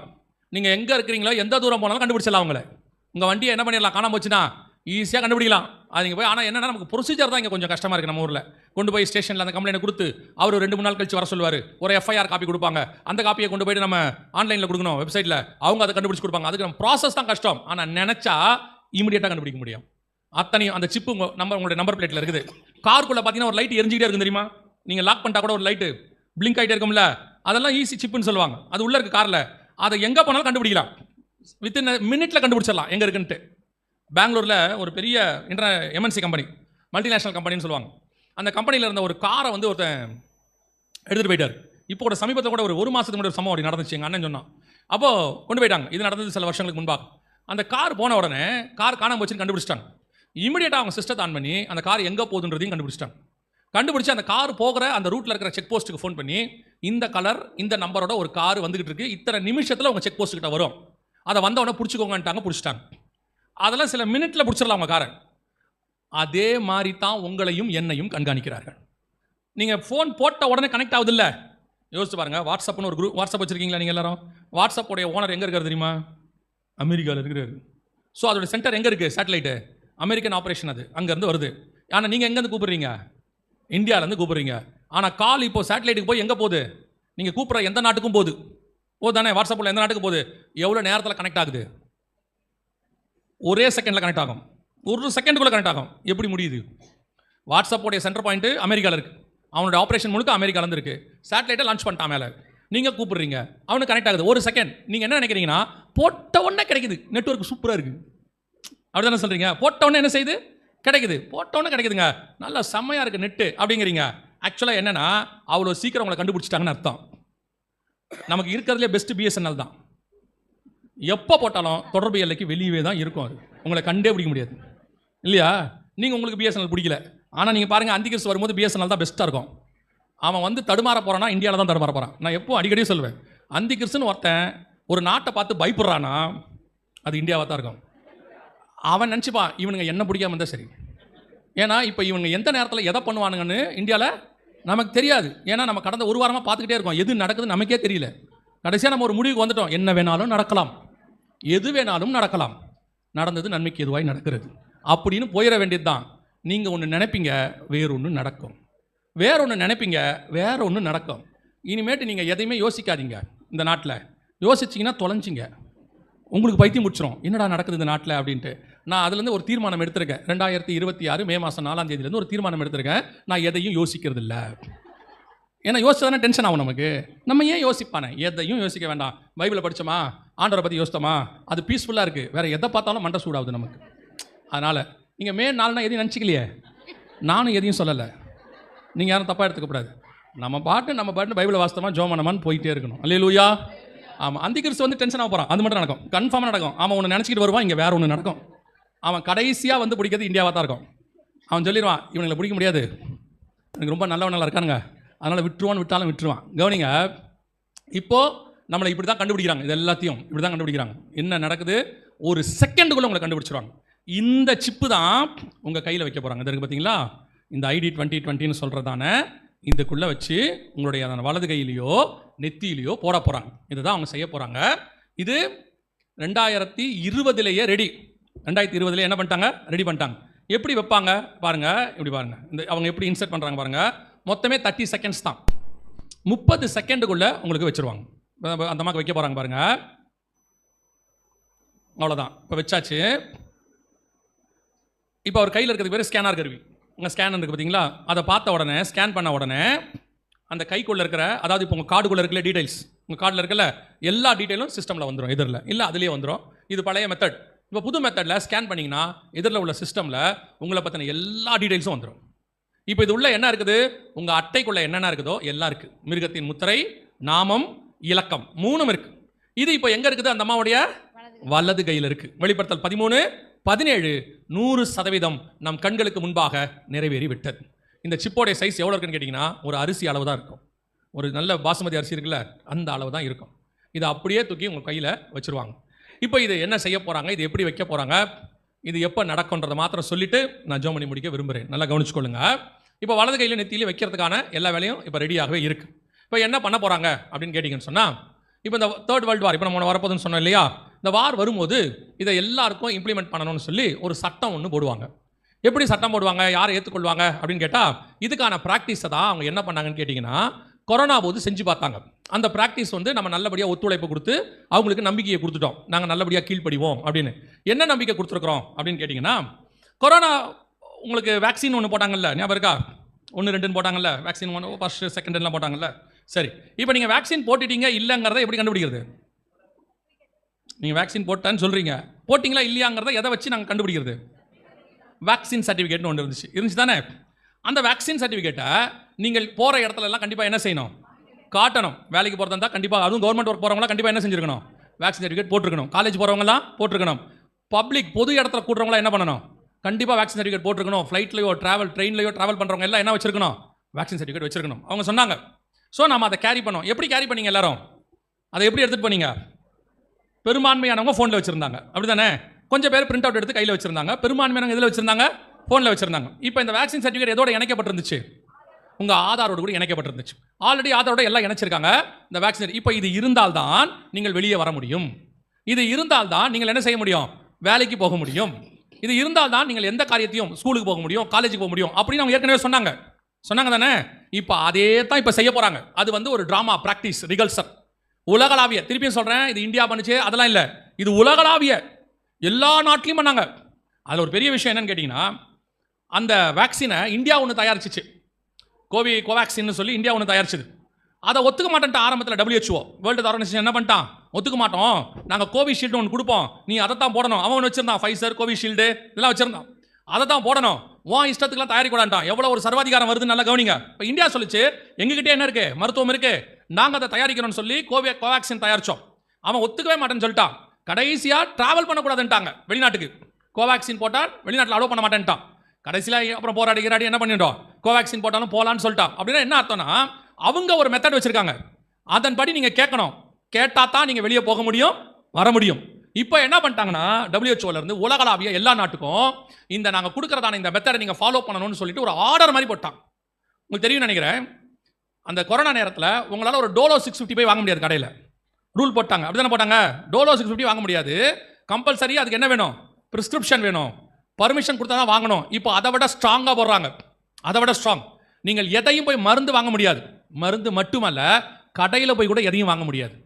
அத்தனை பேர் கையில் இப்படி ஒரு சிப் இருக்குதான்னு பார்ப்பாங்க. இப்போ நீங்கள் போயிட்டு எல்லா இடத்துலையும் பெரும்பான்மையாக என்ன யூஸ் பண்ணுறீங்க, எல்லா இடத்துலையும் ஜிபே கொண்டு போயிட்டீங்க. 80 to 90% என்ன வந்துருச்சு, ஜிபே. நமக்கு கேஷ் ஹேண்டில் பண்ணுறதே குறைஞ்சிருச்சு, 20% தான் இருக்குது. அதுக்கப்புறம் இன்னும் திடீர்னு ஒன்று சொல்லுவாங்க, கேஷ் எல்லாம் ஹேண்டில் பண்ணக்கூடாது, எல்லாரும் அவங்க கேஷை கொண்டு போய் உங்கள் அக்கௌண்ட்டில் போட்டுருங்க, 24 மணி நேரம் டைம், 48 மணி நேரம் டைம், ஒரு வாரம் டைம்னு சொல்லுவாங்க. நீங்கள் போடுவீங்களா மாட்டீங்களா? உங்கள் கையில் இருக்கிற கேஷ் எல்லாம் அக்கௌண்ட்டில் போட்டுருங்க, இனிமேட்டு ரூபா நோட்டு செல்லுபடி ஆகாதுன்னு ஒன்று சொன்னாங்கன்னா செய்வீங்களா மாட்டீங்களா? அதெல்லாம் செய்வீங்க. 1000 ரூபாய்க்கு 2000 ரூபாய்க்கு செய்யல, செஞ்சீங்களா இல்லையா? இதையும் செய்வோம், வேற வழி இல்லை. கோவேக்சின் சர்டிஃபிகேட், வேக்சின் சர்டிஃபிகேட் இருந்தால் தான் வெளியே வரணும், செஞ்சோமா இல்லையா? இதெல்லாம் 500 ரூபா செல்லாது, செஞ்சோமா இல்லையா? அவங்க 8 மணிக்கு மேலே வெளியே வரக்கூடாது, செஞ்சோமா இல்லையா? அவங்க என்ன சொன்னாலும் நம்ம செய்கிறோங்கிற இடத்துக்கு நம்மளை கொண்டாந்துட்டாங்க. அதுக்கு அவங்க யூஸ் பண்ணுற மெயின் தீம் பயம். இல்லைன்னா உனக்கு எதுவும் கிடைக்காது, அதை விட ஒன்று யூஸ் பண்ண போகிறாங்க, அதான் இருக்கிறதுலே பயங்கரம். நீங்கள் வேற என்ன கூட சமாளிச்சிருவீங்க, உன் பிள்ளைக்கு ஸ்கூல் கிடைக்காதும்பாங்க. நீங்கள் அத்தனை பேரும் காலி. ஏன்னா நீங்கள்லாம் சோறு கிடைக்குதோ இல்லையோ ஸ்கூல் கிடைக்காட்டி டென்ஷன் ஆயிடுவீங்க இல்லையா? ஏன்னா உங்கள் அத்தனை பேருக்கும் உங்கள் பிள்ளையை நாளைக்கு கலெக்டர் ஆக்கணும், இன்ஜினியர் ஆக்கணும், டாக்டர் ஆக்கணும்னு பயங்கர கனவு இருக்குது. பிள்ளைக்கு ஸ்கூல் இல்லைன்னா எதிர்காலத்தில் பிள்ளை எங்கே நிற்கும், நடுத்தெருவில் நிற்கும் அப்படிங்கிற முடிவுக்கு நீங்கள் வந்துட்டீங்க. அப்போ ஆட்டோமேட்டிக்காக உங்களுடைய அந்த பயத்தை அவன் என்ன பண்ண போகிறான், யூஸ் பண்ண போகிறான். யூஸ் பண்ணி உன் பிள்ளைக்கு படிப்பு வேணுமா, உன் பிள்ளைக்கு சிப்பு போடு, உனக்கு வேலை வேணுமா, இந்த சிப்பு. நாங்கள் ஒன்றுமே சொல்லலையே, இதை எல்லாத்தையும் போய் டிஜிட்டலாக மாற்றிக்கோங்கன்னு சொல்கிறோம். இப்போ உங்கள் பணம் எப்படி 80% டிஜிட்டலாக கார்டாக மாறிச்சோ, ஃபோனாக மாறிச்சோ, அதே மாதிரி எல்லாத்தையும் நாங்கள் என்ன மாற்றிடுறோம். அத்தனையும் online, work from home, school online classes, அதே மாதிரி எல்லாமே ஆன்லைன் ஒர்க் ஃப்ரம் அப்படின்ட்டு நீங்கள் என்ன பண்ண போகிறீங்க, முடியாது நான் சொல்ல போகிறீங்க. வேறு வழியும் இல்லை, ஆட்டோமேட்டிக்காக போடத்தான் போகிறாங்க. இது எல்லாமே ரெடியாக இருக்குது. வெளிப்படுத்தல் 13, 16, 17க்கு உலகம் இப்பொழுது 100% ரெடியாக இருக்குது. நான் சொல்கிறது இப்போ இல்லை, 2010 நான் கடைசி அந்த ப்ரூஃப் காட்டுறேன் பாருங்க. 2010 இந்த பூமி ரெடியாக இருக்குது, எல்லாருக்கும் போட தொடங்கியாச்சு. ஸோ வலது கைக்கும் நெத்திக்கும் முத்திரை என்னவாயிருச்சு, ரெடி ஆயிடுச்சு. அதுக்கப்புறம் அவங்க என்ன பண்ணுவாங்கன்னு கேட்டிங்கன்னா, இந்த மாதிரி இப்போ கோவிட்ல அதை ப்ராக்டிஸ் பண்ணியிருக்காங்க. இங்கே பாருங்க, எங்கே போனாலும் இந்த மாதிரி உங்கள் வலது கையிலையோ நெத்தியிலையோ இந்த சிப்பை வச்சுருவாங்க. சிப்பை வச்சுட்டு நீங்கள் உள்ளே நுழையணும்னா, இப்போ எப்படி ஐடி கார்டு காட்டுறீங்க, கழுத்தில் போட்டிருக்கல, அந்த மாதிரி ஐடி கார்டு கையிலையோ நெத்திலையோ காட்டணும். காட்டினா தான் நீங்கள் போகவே முடியும். அங்கே இருக்கு பாருங்க, இது இப்போவே ப்ராக்டிஸில் இருக்கு, இல்லாமலாம் இல்லை. ஆண்டவர் சொன்ன அத்தனை காரியங்கள் இப்போ என்னவா இருக்குது, நம் கண்களுக்கு முன்பாக ரெடியாக இருக்கு. இப்போ என்ன பண்ண போகிறாங்க அப்படிங்கிறத நான் உங்களுக்கு சொல்லிட்டு முடிக்கிறேன், நல்லா கவனிங்க. சில நேரங்களில் இதில் சில ட்ராபேக்ஸ் இப்போ நம்மகிட்ட இருக்குது. என்ன இருக்குது, இப்போ இந்த சிப்பை வந்து உங்ககிட்ட கொடுப்பாங்க, சிப்பு போடணும் அப்படின்ற ஒரு கான்செப்ட் வரும்போது நாம் சில நேரங்களில் என்ன பண்ணுவோம்னா, போட மாட்டோம், அதை பண்ண மாட்டோம் இப்படிலாம் நம்ம சொல்லும் போது அவங்க அதுக்கு வேறு ஒரு விதத்தை கையாள போகிறாங்க. இப்போ என்ன பண்ண போகிறாங்க அப்படின்னா, உங்கள் செல்ஃபோனையே தூக்க போகிறாங்க. என்ன பண்ண போகிறாங்க, உங்கள் செல்ஃபோனை தூக்க போகிறாங்க. எப்படி தூக்க போகிறாங்க கவனிங்க. இப்போது துபாயில் கொண்டாந்தாச்சு, இதுதான் இப்போ துபாயோடைய நிலைமை. இங்கே பாருங்கள், இது இப்போ துபாயில் என்ன சொல்லியிருக்காங்கன்னு கேட்டிங்கன்னா, ஃபர்கெட் மொபைல் ஃபோன்ஸ். இங்கே இருக்கு பாருங்க, forget mobile phones, get ready to be chip. உங்களுக்கு சிப்பு போடுவதுக்கு நீங்கள் என்னவா மாறுங்க, ரெடி ஆகுங்க. உங்களுக்கு என்ன பண்ண போகிறோம், சிப்பு போட போகிறோம் அப்படின்னு அவங்க சொல்கிறாங்க. என்ன செய்வாங்க கவனிங்க. இது வந்து FCR, ஃபேஸ் ரெகக்னேஷன் சிஸ்டம் அப்படின்னு சொல்லுவாங்க. இப்போ காட்டுவாங்க பாருங்கள். இப்போ இவர் போய் கடையில் வாங்குறாரு. இப்போ அவர் எப்படி பே பண்ண போகிறாருன்னு பாருங்கள். கொண்டு போயிட்டு கொடுத்தாரு, முகத்தை மட்டும்தான் வைக்கிறாரு, ப்ராசஸிங், பேமெண்ட் ரிசீவ், அவ்வளோதான். இப்போ அவர் பணத்தை கொடுக்கவே இல்லை, எதுவும் செய்யவே இல்லை. சில நேரங்களில் நம்ம ஒரு சில விஷயங்கள் நடக்கும்போது யோசிக்கிறோம்ல, ஏன் திடீர்னு இப்படி நடக்குதுன்னு. நான் எப்போவுமே நினைப்பேன், எந்த ஒரு விஷயத்துக்கு பின்னாடியும் தேவனுடைய திட்டம்னு ஒன்று இருக்கும், தேவனுடைய திட்டம்னு ஒன்று இருக்கும். இப்போ இந்த உலகளாவிய டிஜிட்டல் இருக்குல்ல, இவ்வளோ விஷயம் பண்ணுறாங்கல்ல, இது எல்லாத்துக்கும் சென்டர் பாயிண்ட்டாக 2 சிட்டியை வச்சுருந்தாங்க, 2 நாடு தான் வச்சுருந்தாங்க. இது எல்லாத்தையும் டாப்பாக கொண்டு வந்து நம்பர் 1 இடத்துக்கு 2 நாடு வந்துச்சு. ஒன்று துபாய், இன்னொன்று ஆஸ்திரேலியா. இப்போ முழுவதும் எது தாக்கப்பட்டிருக்கு, இந்த ஈரான் இஸ்ரேல் வாரில் அதிகப்படியாக எது தாக்கப்பட்டுச்சு, துபாய் தான் தாக்கப்பட்டுச்சு. ஆல்மோஸ்ட் இப்போ அவங்க வந்து இது எல்லாத்துலேயும் கொஞ்சம் பின்னோக்கி போகிற நிலைமையில் இருக்கிறாங்க. நான் திருப்பியும் சொல்கிறேன், கர்த்தருடைய வருகை வரைக்கும் இந்த காரியங்கள் எல்லாம் இப்படி தான் நடக்கும். ரெடியாக இருக்கும். ஆனால் கர்த்தர் இம்ப்ளிமெண்ட் பண்ணுறதுக்கு என்ன பண்ணுவார், டைம் எடுத்துப்பார். எதுக்குன்னா அவருக்கு ஒரு எண்ணிக்கை நிறைவாக வேண்டியிருக்கு உலகத்தில். அவர் சேர்க்க வேண்டிய பிள்ளைகள் இருக்குது. அது வரைக்கும் இவங்க எல்லாம் ரெடி பண்ணிவிடுவாங்க. ஆனால் இவங்களை கொண்டாந்து நம்ம மேலே போடுறதுக்கு கொஞ்சம் ஆண்டவர் டிலே டைம் எடுக்கிறார். ஆனால் எல்லாமே ரெடியாக இருக்குது. அதை நமக்கு சொல்கிறார், எல்லாம் ரெடி ஆகிடுச்சு. ஆனால் அவங்களை கொண்டாந்து உங்களுக்கு போட விடாமல் என்ன பண்ணிட்டு இருக்கிறோம், கொஞ்சம் தடுத்துக்கிட்டு இருக்கிறார். இப்போ துபாய் வந்து என்ன செஞ்சுட்டு இருக்காங்க, இந்த அடி வாங்க இப்போ வாங்கியிருக்கு, முந்தினத்தையும் ஒரு குண்டு போட்டுருக்காங்க. அதனால் இந்த சிஸ்டம்லாம் கொஞ்சம் அவங்களுக்கு ஸ்லோ ஆகுது. ஸ்லோனா இம்ப்ளிமெண்ட் பண்ணுறது கொஞ்சம் வந்து. இப்போ துபாய் எந்த அளவுக்கு போயிடுச்சுன்னு கேட்டிங்கன்னா, நீங்கள் பாஸ்போர்ட்டே கொடுக்க வேண்டாம். துபாயில் விசா எடுத்துட்டிங்கன்னா போதும், நேராக போய் ஒரு இடத்துல நின்னீங்கன்னா போதும், அது டோட்டலாக உங்களை என்ன பண்ணிடும், ஸ்கேன் பண்ணிவிடும். அதுவே அப்ரூவல் கொடுத்துரும். ஆளே இருக்க மாட்டாங்க. இப்போ நம்ம ஊருக்குலாம் இந்தியாவுக்குள்ளே நுழையிறீங்கன்னா இமிகிரேஷன் ஒன்று இருக்கும். அங்கே ஒருத்தர் விசாரிச்சு உங்களுக்கு என்ன பண்ணுவார், ஸ்டாம்ப் பண்ணுவார்ல. அப்படி ஒரு ஸ்டாம்ப்பு சிங்கப்பூர்லேயும் இருக்காது, துபாயிலையும் இருக்காது. யாருமே இருக்க மாட்டாங்க. ஒரே ஒரு மிஷின் தான் இருக்கும் ரெண்டு பக்கமும். நீங்கள் நடுவில் போய் நின்னா போதும், டோட்டலாக ஸ்கேன் பண்ணோம். உங்கள் பேரில் விசா எடுத்தாச்சான்னு பார்க்கும். உங்களுடைய எல்லா டீட்டெயில்ஸும் அதில் வந்துடும். உங்கள் பாஸ்போர்ட்லேருந்து எல்லா டீட்டெயிலும் வந்துடும். அது இவ்வளோ எவ்வளோ நேரத்தில் நடக்குன்னு கேட்டிங்கன்னா 30 செகண்ட்ஸ்லேருந்து 1 மினிட்ல நடக்கும். 30 செகண்ட்ஸ் தான். அப்படியே ஃபுல்லாக ஸ்கேன் பண்ணோம், அப்ரூவல்னு போயிடுவோம். இது துபாயிலையும் உண்டு, சிங்கப்பூர்லேயும் உண்டு. இப்போ தான் இங்கே முழுக்க ஃபேஸ் ரெகக்னிஷன் சிஸ்டம் அப்படின்னு சொல்லுவாங்க. இப்போ அவங்க துபாய் முழுக்க பண்ணியாச்சு. இப்போ என்ன பண்ண போகிறாங்கன்னா, உங்கள் செல்ஃபோனை உங்களை விட்டு ரிமூவ் பண்ணிவிடுவாங்க. இப்போ நீங்கள் எல்லாம் செல்ஃபோன் வச்சுருக்கீங்க, சிக்னல் கிடைக்கல, அது கிடைக்கல எல்லாம் சொல்லிட்டு இருக்கிறீங்கல்ல. உங்கள் செல்ஃபோனை எடுத்துகிட்டு இந்த செல்ஃபோனில் சிம் கார்டு இருக்குல்ல, அதை உங்கள் உடம்புல இந்த சிப்பாக போட்டுட்டு உங்கள் உடம்பையே செல்ஃபோனாக மாற்றிடுவாங்க. அதுக்கப்புறம் உங்களுக்கு கால் வரும், ஆனால் நீங்கள் ஃபோன் இல்லாமையே பேசுவீங்க. நாங்கள் புதுசாக இருக்குது, அப்படிலாம் நடக்குமான்னு கேட்குறீங்களா? கவனிங்க, இது பிபிசியில் வந்தது. இப்போ பாருங்கள், இப்போ இந்த அம்மா வந்து அவங்க அம்மா கிட்ட சொல்கிறாங்க, நீ எனக்கு கொஞ்சம் கால் பண்ணுமா அப்படின்றாங்க. அவங்க அம்மா, எதுக்குமா, நீ தான் எதிரிலே இருக்கிறிய, நீ கால் பண்ணுமா எனக்காக அப்படின்னு சொல்கிறாங்க. உங்கள் உடம்புல இந்த சிப்பை கொண்டு வந்து வைப்பாங்க. உடம்புல சிப்பை வச்சுட்டு உங்களை முழுக்க இன்டெகிரேட்டட், அதாவது உங்களை முழுக்க ஒரு ஃபோன் மாதிரி மாற்றிடுவாங்க. இப்போ தான் நீங்கள் முழுக்க எதை தான் யூஸ் பண்ணுறீங்க உங்கள் லைஃப்பில்? ஃபோனை தான் யூஸ் பண்ணிக்கிட்டு இருக்கீங்க. எல்லாத்துக்கும் எதை யூஸ் பண்ணுறீங்க? ஃபோன் தான் யூஸ் பண்ணுறீங்க. எது எடுத்தாலும் ஃபோன் தான். நீங்கள் கால் பேசணுமா ஃபோன், ஃபோட்டோ எடுக்கணுமா, வீடியோ எடுக்கணுமா ஃபோன், இன்ஸ்டாகிராம், வாட்ஸ்அப், ஃபேஸ்புக் எல்லாமே எது தான் இருக்குது? ஃபோன். அதுக்கப்புறம் ஒர்க் ஃப்ரம் ஹோம் சிஸ்டம் வச்சுருக்கிறீங்க, ஆனால் ஃபோனில் கனெக்ட் பண்ணுறீங்க. அடுத்து பையனுக்கு ஸ்கூல், அவனுக்கு செல்ஃபோனில் தான் வீட்டில் என்ன சொல்கிறது, ஹோம் ஸ்கூல் எல்லாமே பண்ணுறீங்க. ஆன்லைன் கிளாஸஸ் எல்லாமே அதுதான் வருது. ஸோ இந்த ஃபோனை அப்படியே உங்களை மாற்ற போகிறாங்க. இப்போ ரெடியாக இருக்குது. இப்போ துபாயில் சிப்பை உடம்புல வைக்க தொடங்கியாச்சு. உங்களுடையதான உடம்புக்குள்ளேயே ஃபோன் வைக்க தொடங்கியாச்சு. இப்போ ஒரு கடைக்கு போய் ஒரு பொருள் வாங்குறாரு பாருங்க, எப்படி வாங்குறாரு பாருங்க. இவர் என்ன பண்ணிட்டாருன்னா, இவருடைய கார்டை இவர் கையை வச்சு அதை சார்ஜ் பண்ணிட்டார். கார்டு இப்போ உடம்புக்குள்ளே வந்துருச்சு. ஏன்னா அது கையில் சிம் கார்டு இருக்குது, அவருக்குள்ளே அந்த சிப் இருக்குது. இப்போ போய் அவர் கடையில் எப்படி பே பண்ண போகிறாருன்னு பாருங்கள். இது எல்லாமே இப்போ உள்ள டெக்னாலஜி. நான் சொல்கிறது 2023லேருந்து 26க்குள்ளே. இப்போ அவர் போய் ஒரு பொருள் வாங்குறாரு. இங்கே பாருங்க, கையோடு வச்ச உடனே போதும், பே பண்ணியாச்சு, அவ்வளோதான், வேலை முடிஞ்சு. கரெக்டாக பாருங்கள், ஆண்டவர் சொன்ன வலது கையும் வாங்கவும் விற்கவும் கூடாதபடிக்கு செய்தது.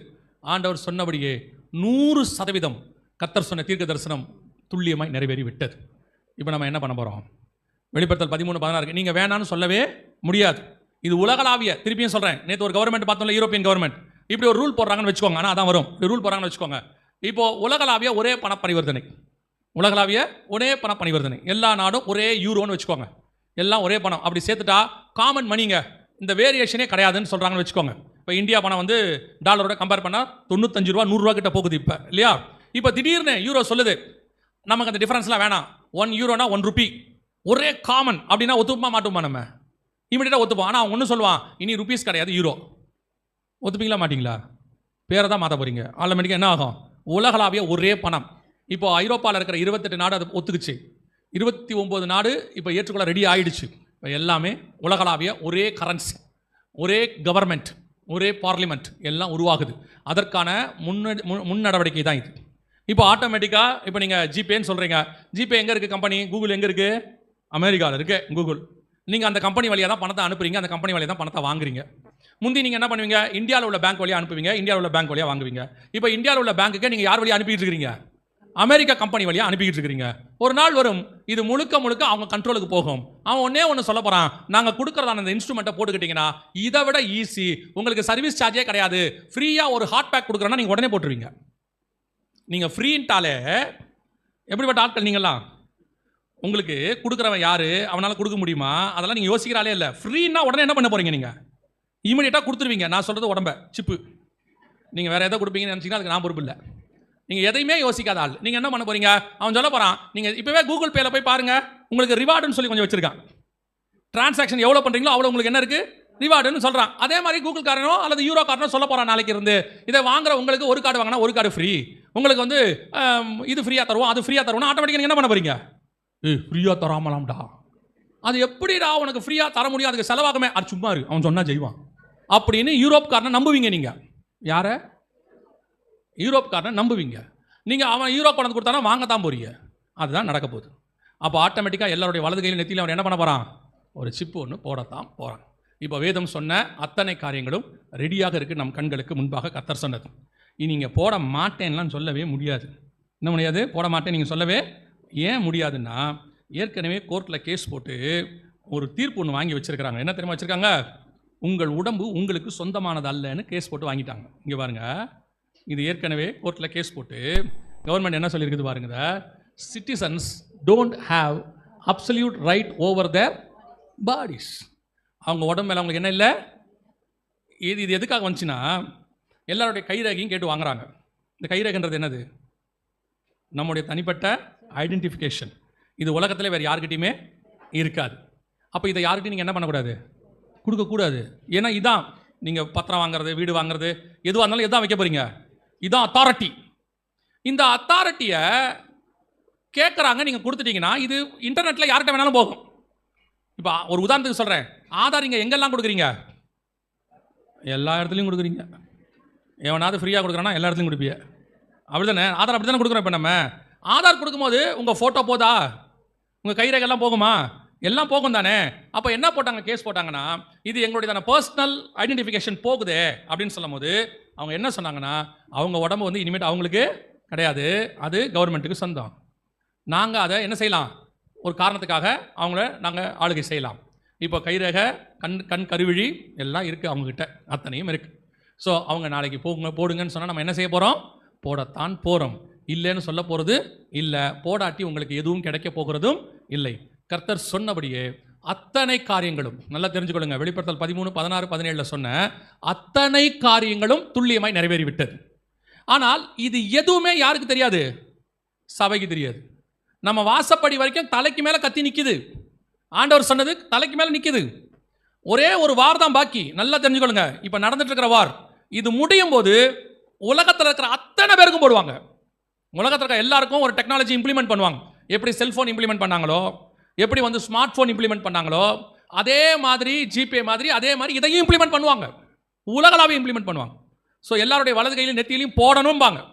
ஏன் வலது கையில் நெத்தியில் போடணும் அப்படின்னு கேட்டிங்கன்னா, நான் புரிஞ்சுக்கிறது ரெண்டு அர்த்தம், ரெண்டு காரியம் அதுக்கு இருக்குது. ஒன்று, ஏற்கனவே உங்கள் இடது கையில் ஒரு மார்க் இருக்குது தெரியுமா? அவங்க எல்லாருக்கும் இருக்கா இல்லையா? அதுக்கு பேர் என்னது? அம்ம முத்திரைன்னு சொல்லுவாங்க இல்லையா? இது ஏறக்குறைய ஒரு 100 வருஷத்துக்கு முன்னாடி போலியோ பாதிப்பு வரும்போது என்ன பண்ணாங்கன்னா, பிறக்கிற குழந்தைக்கு எல்லாத்துக்கும் இதை ஒரு மார்க்காக போட தொடங்கினாங்க, லெஃப்ட்டில் போட தொடங்கினாங்க. ஆனால் இப்போ கொஞ்ச நாளாக போடுறது இல்லை. இப்போ பிறக்கிற பிள்ளைகளுக்கு என்ன பண்ணுறது இல்லை, எனக்கு தெரிஞ்சு கொஞ்ச நாளாக போடவே இல்லை. ஏன் அப்படின்னு கேட்டிங்கன்னா, இந்த வாருக்கு அப்புறம் எல்லாருக்கும் வலது கையில் போடுவாங்க. இந்த இடது கையில் போட்டது ஏற்கனவே இருக்குது. ஸோ கம்பல்சரி ஒரு மார்க் எங்கே வரணும்? வலது கைக்கு வரணும். இது நான் நினைக்கிறது ஃபஸ்ட்டு. ரெண்டாவது மிக முக்கியமானது, நம்ம உடம்புல இந்த சேட்டலைட்டோட கனெக்ட் பண்ணுற ரேடியோ ஃப்ரீக்வன்சின்னு சொல்கிறோம் இல்லையா? எலக்ட்ரானிக் மேக்னெட்டிக் ரேஸ்னு என்ன சொல்லுவாங்க, இஎம்என்னு என்ன சொல்லுவாங்க. அது நம்ம உடம்புல இருக்குது. அது நம்ம உடம்புல 2 இடத்துல நல்லா இருக்குதுன்றாங்க. சிப்பை வச்சாச்சுன்னா சேட்டலைட்டோடைய கனெக்ட் பண்ணலான்றாங்க. அந்த 2 இடம், ஒன்று கை, இன்னொன்று நெத்தி. ஏன் கையும் நெத்தியும் அப்படின்னு கேட்டிங்கன்னா, கையில் தான் நார்மலாக வைக்கிறது ஈஸி, எங்கே போனாலும் யூஸ் பண்ணுறதுக்கு வைக்கிறது, குறிப்பாக வலது கை தான் ஈஸி. ஆனால் கை இல்லாதவங்க இருப்பாங்க, ஆக்சிடென்ட்டில் கையெல்லாம் போகிறதுக்கு வாய்ப்பு இருக்குது. ஆனால் நெத்தி இல்லாதவங்க என்ன செய்ய மாட்டான்? இருக்கவே மாட்டான். ரெண்டாவது, நெத்தி தான் ஐடென்டிஃபிகேஷன் பிளேஸ். உங்களை போய் எங்கே நின்னாலும், நான் சொல்கிறத நீங்கள் நல்லா புரிஞ்சுக்கோங்க, புரியுதா இல்லைன்னு தெரியல. ஒரு மனுஷனை இப்போவே இந்தியாவில் நெத்தியை பார்த்து கண்டுபிடிச்சலாம் யாருன்னு. புரியுதா புரியலையா? புரியலன்னா பரவாயில்ல, ஒன்றும் பிரச்சனை இல்லை. ஒரு ஆளை நெத்தியை பார்த்து நீங்கள் என்ன பண்ணிடலாம்? கண்டுபிடிச்சிடலாம். இவங்க யார், எந்த ஊருக்காரங்க, எந்த மொழிக்காரங்க கூட கண்டுபிடிக்கலாம் நீங்கள். ஏன்னா நெத்தி தான் அவங்களோட ஐடென்டிஃபிகேஷன் பிளேஸ் இல்லையா? அப்போது அந்த நெத்தியில் தான் என்ன செய்ய போகிறாங்க? இந்த சிப்பை வைக்க போகிறாங்க. இப்போ நம்ம கண்களுக்கு முன்பாக அத்தனையும் 100% ரெடியாக இருக்குது. ஸோ இது எப்போ நடக்க வாய்ப்பு இருக்கிறது? நான் சொன்னேன் இல்லையா, இது இன்றைக்கி நேற்று இல்லை, ஏறக்குறைய 2010 இதுக்கானதான வேலைகள் நடக்குது. கவனிங்க, இது 2010 வந்த பேப்பர். நாங்கள் அப்போவே இதெல்லாம் கலெக்ட் பண்ணி வச்சுருந்தோம். 2010 வந்த பேப்பர். அன்றைக்கி என்ன கொடுக்குறாங்கன்னா, ஆதார் அட்டை கொடுக்கும்போது ஆரம்பிக்கும் போது அவங்க சொல்கிறாங்க, அரசு கொடுக்கறது ஆதாரம், ஆனால் அதை கொண்டு உங்களை என்ன செய்யலாம்? கண்காணிக்கவும் செய்யலாம். 2000 இப்போ கீழே படிக்க முடியுதா? அது எப்போன்னு வந்தது, எப்போன்னு இருக்குதா? கீழே குட்டியாக இருக்கு பாருங்க, 2010 மே மாதம் வந்தது. மேவோ அக்டோபர்லேயே இருக்கும், அக்டோபர் மாதம் வந்தது. இது அப்போ உள்ளதான பேப்பர். அது மாதாந்திர பத்திரிகை, கிறிஸ்தவ பத்திரிகை அல்ல. நல்லா தெரிஞ்சுக்கொள்ளுங்க, கிறிஸ்தவ பத்திரிகை அல்ல. ஒரு செக்குலர் மேகசினில் இதை இம்ப்ளிமெண்ட் பண்ணும்போது அப்போ அவங்க போட்டதான ஒரு ஆர்டிக்கல். அதுவும் என்ன ஆர்டிக்கல்னா, தொழில்நுட்பம் அப்படின்னு மேலே போட்டுக்கு பாருங்க. தொழில்நுட்பம்னு சொல்லக்கூடியதான ஒரு டெக்னாலஜி, அந்த அந்த அந்த டைட்டிலுக்கு கீழே இதை கொண்டு வந்தாங்க. அப்போ இவங்க தெளிவாக போட்டிருந்தாங்க, இந்த கொண்டு உங்களை என்ன செய்ய போகிறாங்க, கண்காணிக்க செய்ய போகிறாங்க 24 hours. இப்போ உங்கள் செல்ஃபோன் இருக்குது, இந்த செல்ஃபோனில் உங்களை கண்காணிக்கும் போது ஒன்று நீங்கள் செய்யலாம், இந்த செல்ஃபோனை நீங்கள் என்ன பண்ணிடலாம், சுவிட்ச் ஆஃப் பண்ணிடலாம். இல்லைங்க சுவிட்ச் ஆஃப் பண்ணால் கூட கண்டுபிடிக்கலாம். அப்படின்னா உங்கள் சிம் கார்டை நீங்கள் என்ன பண்ணிடலாம், தூக்கி போட்டு செல்ஃபோனை தூக்கி உடச்சிட்டிங்கன்னா உங்களை என்ன பண்ண முடியாது, கண்டுபிடிக்கவே முடியாது. அதை தாண்டி இப்போ நீங்கள் செல்ஃபோனையும் தூக்கி போட முடியாது, சிம் கார்டையும் தூக்கி போட முடியாது, உங்கள் உடம்புலேயே இந்த சிப்பை வச்சுருவாங்க. ஸோ உங்களை 24 hours கண்காணிப்பாங்க. இன்னொன்று தெரியுமா, இன்னொரு விஷயம் இப்போ செஞ்சுருக்கிறாங்க, அதையும் சொல்லிடுறேன் உங்களுக்கு.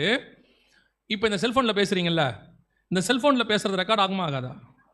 எங்கே ஆகும், எங்கே ஆகும்? செல்ஃபோன்லேயே ஆகும். ஒரு 5 வருஷத்துக்கு முன்னாடி உள்ள செல்ஃபோனெல்லாம் பார்த்தீங்கன்னா பின்னாடி ஓப்பன் பண்ணி பேட்டரி எடுக்கலாம், தெரியுமா? இப்போ எந்த செல்ஃபோன்லேயும் என்ன எடுக்க முடியாது, ஏன் எடுக்க முடியாது? அந்த டெக்னாலஜி அப்போ தான் இவங்க பண்ணிட்டு இருந்த வேலையை கண்டுபிடிச்சாங்க. ஒரு செல்ஃபோன்லேருந்து பார்த்தா உள்ளுக்குள்ளேயே நீங்கள் பேசுறதெல்லாம் ரெக்கார்ட் பண்ணுறதுக்குன்னு ஒரு காரியம் வச்சுருந்தாங்க. அதுக்கப்புறம் தான் உங்களை 24 hours கண்காணிக்கிறதுக்கான இன்னொரு வேலை அது. அதுக்கப்புறம் தான் இதை கண்டுபிடிச்சி உலகத்தில் என்ன பண்ணாங்கன்னா, பாருங்கள் நம்மளை இந்த அளவுக்கு தனிப்பட்ட முறையில் செய்கிறாங்கன்னா, அதுக்கப்புறம் வந்த எல்லா ஃபோனுமே பேக்கில் ஓப்பன் பண்ண முடியாது. சிம் கார்டு மட்டும் போடுறதுக்கு ஒரு ஸ்லாட் கொடுத்துட்டான்.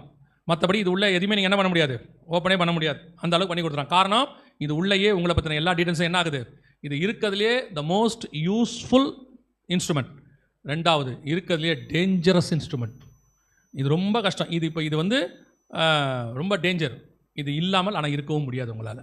இப்போ இது இல்லாமல் ஒரு லைஃப்பை யோசித்து பாருங்கள், தீந்தீங்க. நீங்கள் ஆஃபீஸ் போக முடியாது, எதுவுமே பண்ண முடியாது. எல்லாமே யாருக்கு என்ன கொடுத்து வச்சுருக்கீங்க, இப்போ நம்பர் தானே கொடுத்து வச்சுருக்கீங்க, எல்லாத்துக்கும் நம்பர் தானே கொடுத்து வச்சுருக்கீங்க. என்ன கூப்பிடுங்க உடனடியாக, எல்லாத்துக்கும் நம்பர் தான், எங்கே போனாலும் நம்பர் தான்.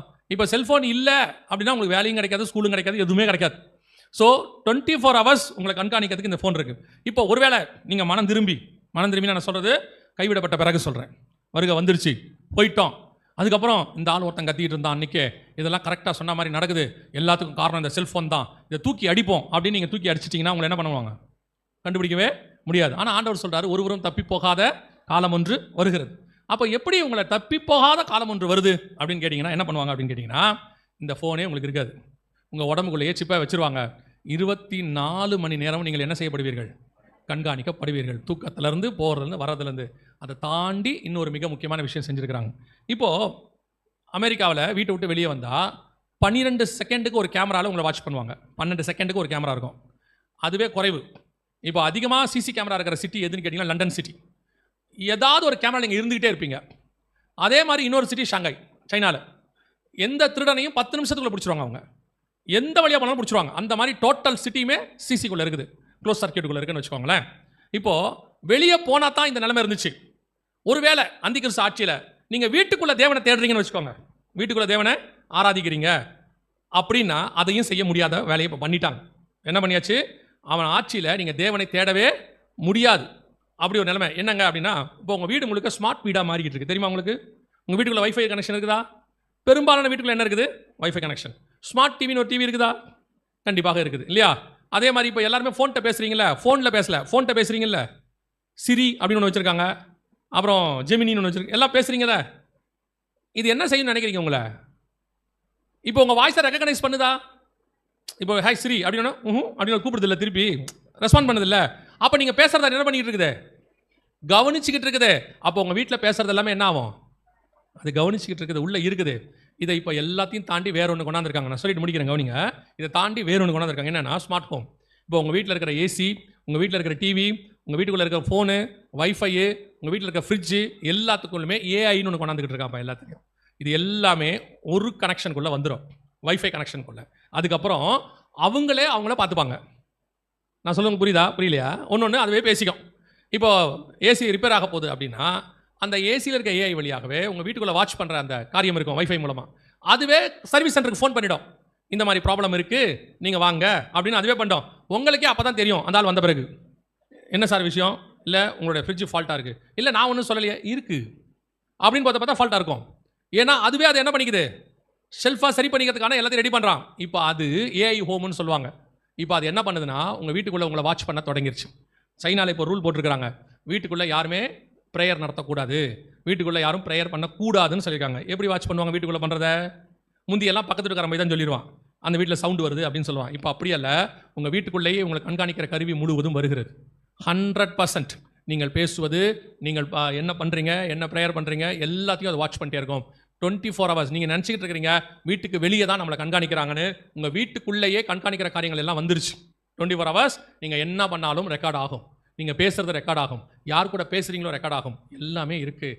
ஆண்டவர் சொன்ன ஒருவரும் தப்பி போகாத காலம் ஒன்று வருகிறது. அதனால தான் பைபிள் சொல்லுது, அந்த 7 வருஷம் உபத்திரவ காலம் உலகம் பார்க்காத உபத்திரவ காலம். இது வரைக்கும் வந்ததுலேயே தி ஒஸ்ட் கவர்மெண்ட். நேற்று வாசிச்சோம்ல, தானியேல் புஸ்தகம் 7ஆம் அதிகாரம் 23வது வசனத்தை வாசிங்க பார்ப்போம். தானியேல் 7:23 வாசிங்க.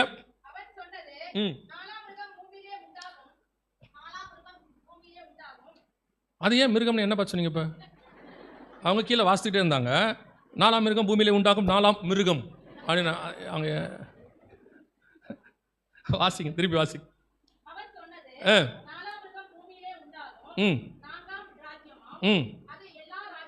எல்லா ராஜ்யங்களையும் இப்போ நான் சொல்றது நேற்று நம்ம பார்த்த கவர்மெண்ட் அவங்க செய்ய போற விஷயத்தை தான் நம்ம இன்னைக்கு பார்த்துருக்கிறோம். அது எல்லா ராஜ்யங்களை பார்க்கிலும் வேறாயிருந்து பூமியை எல்லாம் பட்சித்து அதை மிதித்து அதை நொறுக்கி போடும். இதுதான் இருக்கிறதுலையே உலகம் உண்டானதுலேருந்து தி ஒஸ்ட் கிங்டம். வரப்போகிற உபத்திரவ காலம் தான் பைபிள் சொல்லுது. உபத்திரவ காலம், மகா உபத்திரவ காலம், உலகம் பார்க்காத காலம் ஒன்று வருகிறது.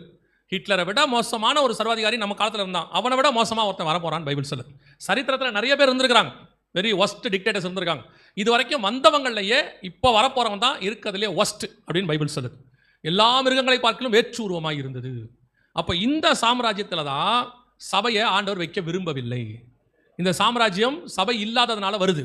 சபை எடுத்துக்கொள்ளப்பட்ட உடனே இந்த டோட்டல் பூமியும் சட்டானிக் கிங்டமாக மாறும். அதில் ஒரே ஒரு குரூப்பை மட்டும் கர்த்தர் பூமியில் வச்சிருப்பார் தனக்குன்னு 7ஆம் அதிகாரத்தில். அதை கூட அழகாக ஆண்டவர் எப்படி சேவ் பண்ணுறாருன்னு இருக்கும். வாசிங்களேன், 7ஆம் அதிகாரம் வெளிப்படுத்தின விசேஷம் 1வது வசனத்துல இருந்து வாசிங்க பார்ப்போம். இவைகளுக்கு பின்பு பூமியின் 4 திசைகளிலும் 4 தூதர்கள் நின்று பூமியின் மேலாவது சமுத்திரத்தின் மேலாவது ஒரு மரத்தின் மேலாவது காற்று அடியாதபடிக்கு பூமியின் 4 காற்றுகளையும் பிடித்திருக்க கண்டேன். ஏன் காற்றை பிடிக்கிறாங்க? அதுக்கு கீழ் வசனம் என்ன சொல்லுதுன்னா, அதுக்கு கீழ் வசனம், ஜீவனுள்ள தேவனுடைய முத்திரையை கோலையுடைய வேறொரு தூதன் சூரியன் உதிக்கும் திசையிலிருந்து ஏறி வர கண்டேன். அவன் பூமியையும் சமுத்திரத்தையும், அடுத்த வசனம் வாசி, நாம் நமது தேவனுடைய ஊழியக்காரின் நெற்றிகளில் முத்திரை போட்டு தீரும் அளவும் பூமியையும் சமுத்திரத்தையும் மரங்களையும் சேதப்படுத்தாதிருங்கள் என்று மகா சத்தமிட்டு கூப்பிட்டான். இதுல என்ன நடக்குதுன்னு கேட்டீங்கன்னா, இந்த 7 வருஷத்துல தேவன் தனக்கென்று ஒரு பெரிய கூட்டம் 1,44,000 இஸ்ரவேலர்கள், வெளிப்படுத்தல் 14 இருக்கிறவங்க இல்லை, இது 7 இருக்கிறவங்க, இவங்களை கொண்டு போய் கர்த்தர் என்ன பண்ண போறாரு? ஒரு சேஃபான இடத்துல வைக்க போறார். 24ஆம் அதிகாரம் மத்தேயுல அவர் சொல்லும் பொழுது 15வது வசனத்துல, பாழாக்கும் அருவருப்பை குறித்து தானியேல் தீர்க்கதரிசி சொல்லி இருக்கிறானே, வாசிக்கிறவன் சிந்திக்க கடவன், அதை பரிசுத்த ஸ்தலத்தில் நிற்க காணும் போது யூதேயாவில் இருக்கிறவர்கள் மலைகளுக்கு ஓடிப்போங்கள். கர்த்தர் என்ன பண்றாரு? உபத்திரவ காலம் வருது, அந்தி கிறிஸ்து வந்து 3வது தேவாலயத்தில் நிற்க போறான். அப்போ மகா உபத்திரவம் உலகம் முழுக்க.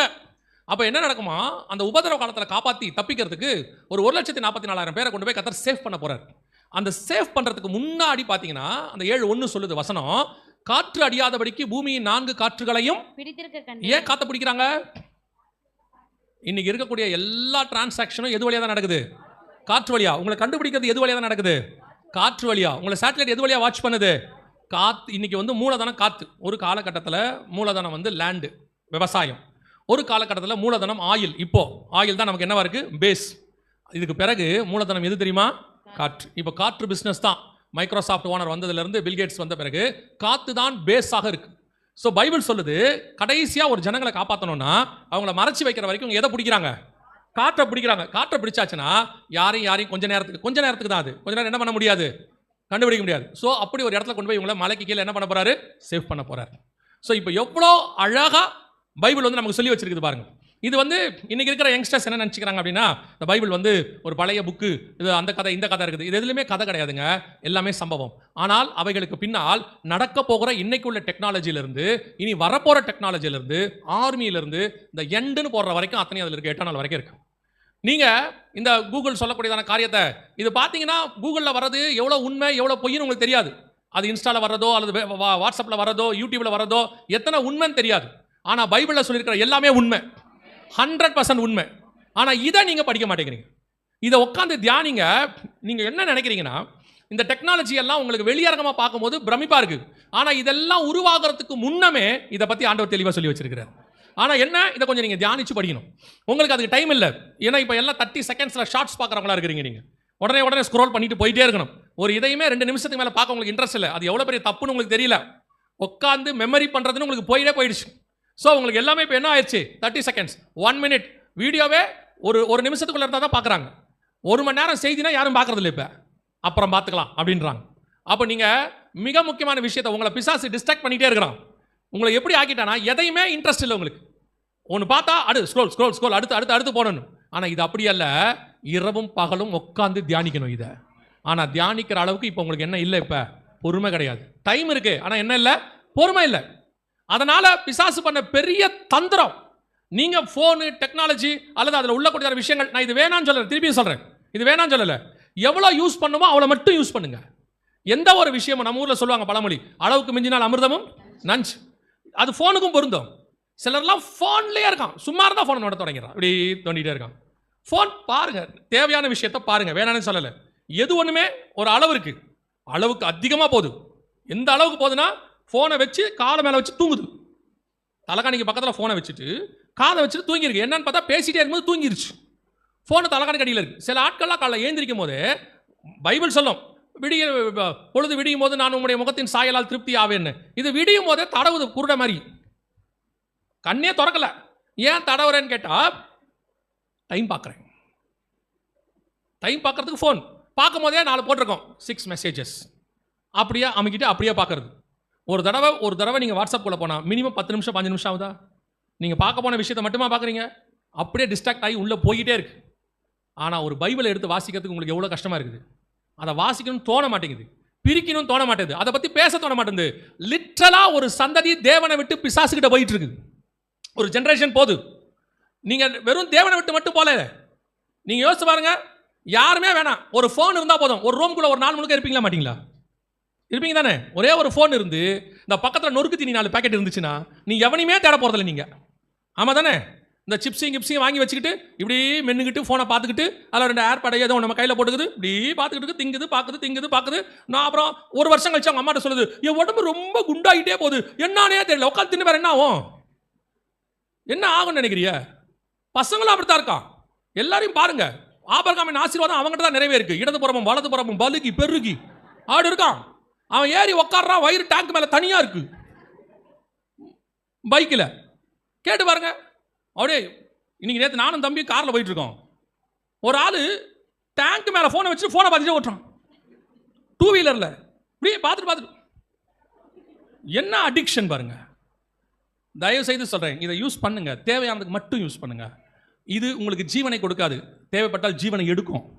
ஏஐ கிட்ட போய் கேட்டு பாருங்க, சாட் ஜிபிடி இந்த மாதிரிலாம் இருக்குல்ல, அதுக்கிட்ட கேட்டு பாருங்க. ரொம்ப பிரச்சனையாக இருக்குது, என்ன பண்ணலாம், செத்துருணும் சொல்லுது. ஆமாம் சொல்லுது, சாட் ஜிபிடி சொல்லுது.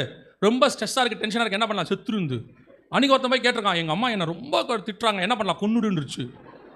ஆமாம், இது ஜீவனை எடுக்கும், ஆனால் கர்த்தரோ ஜீவனை கொடுப்பார். அவர் ஒரு நாளும் உன்னை சாக விட மாட்டார். இது உங்கள் உடம்பை கெடுத்துரும். RFID ரொம்ப என்ன செய்யும், உடம்பை கெடுத்துரும். இப்போ ரொம்ப ரேடியேஷன்ஸ். பட் அவனே சொல்கிறான், அதிகமாக ஏர்பாட் போடுறவங்களுக்குலாம் என்ன ஆகுது, பிரச்சனை ஆகுது. தயவு செய்து பெரியவங்களையும் சொல்ல வேண்டியது, இப்போ வாலிபர்களை மட்டும் சொல்ல வேண்டியதில்லை, பெருசும் அப்படி தான் இருக்குது. வீட்டுக்கார வேலைக்கு போன உடனே யூடியூப்பில் என்ன சமைக்கலான்னு பார்த்து சமைச்சு அதை வீட்டில் வச்சு சாப்பிட்றவங்களாம் செத்து போகிறான். அது வேறு, அதை செஞ்சு வச்சுட்டு இது எப்படி இருக்குது, அதை ரிவ்யூ வேறு. ஃப்ரெண்ட்ஸ் வாயில் வைக்க முடியல. ஆனால் பார்த்தீங்கன்னா கலர் கலராக இருக்குது, வானவில் மாதிரி 7 கலர்லையும் இருக்குது. கருப்பா ரசம், வெள்ளையா தயிர், பச்சை கலரில் பீன்ஸு, ஆரஞ்சு கலரில் கேரட்டு, எல்லாம் 7 கலரில் வானவில் மாதிரி இருக்குது. எல்லாம் வாயில் வச்சுட்டு ன்றான். என்னத்தான் போங்க, கவனிச்சுக்கொள்ளுங்க. காலம் மிக கொடிதாக இருக்கிறது. உங்களை நீங்கள் தான் காப்பாற்றி கொள்ளணும். கர்த்தர் அதுக்கான ஞானத்தை கொடுத்துருக்கிறார். எல்லாத்தை விட காப்பாற்றுக்கிறதுக்கு கர்த்தர் உங்கள் கையில் பரிசுத்த வேதாகமத்தை கொடுத்துருக்காரு. இது ஆரம்பிக்கிறது தான் கஷ்டம். நான் சொல்கிறேன் உங்களுக்கு, ஆரம்பிக்கும் போது கொஞ்சம் ஸ்டார்டிங் ட்ரபிள் வரும்.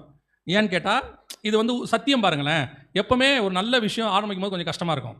ஆனால் நீங்கள் இதை டேஸ்ட்டை உணர்ந்துட்டிங்கன்னா, கர்த்தர் நல்லவர் என்பதை இதை டேஸ்ட்டை உணர்ந்துட்டிங்கன்னா இதை உங்களால் கீழே வைக்கவே முடியாது. இது உங்களை அழகாய் காப்பாற்றி விடும். அல்லேலூயா. அதனால் மிக கொடிதான காலம் ஒன்று வருகிறது. அடுத்து நம்ம தலைக்கு மேலே இருக்குது, ரொம்ப தூரத்தில் இல்லை. கர்த்தருக்கு சித்தமானால் நம்ம தலைமுறையில் இப்போ நம்ம பேசின எல்லாத்தையும் பார்ப்போம். ஏன்னா இப்போ எல்லாமே ரெடியாக இருக்குது. இன்னும் ஒன்றே ஒன்று தான் பாக்கி என் கணக்குக்கு. இந்த வார் ஸ்டார்ட் ஆகிருக்கு, உச்சத்துக்கு போனால் இது எல்லாமே வந்துடும். இவைகள் சம்பவிக்க தொடங்கும் போது தான் நம்முடைய மீட்பு இருப்பதாக நம்முடைய ஆண்டவர் சொல்லி வச்சிருக்கிறார். அல்லேலூயா.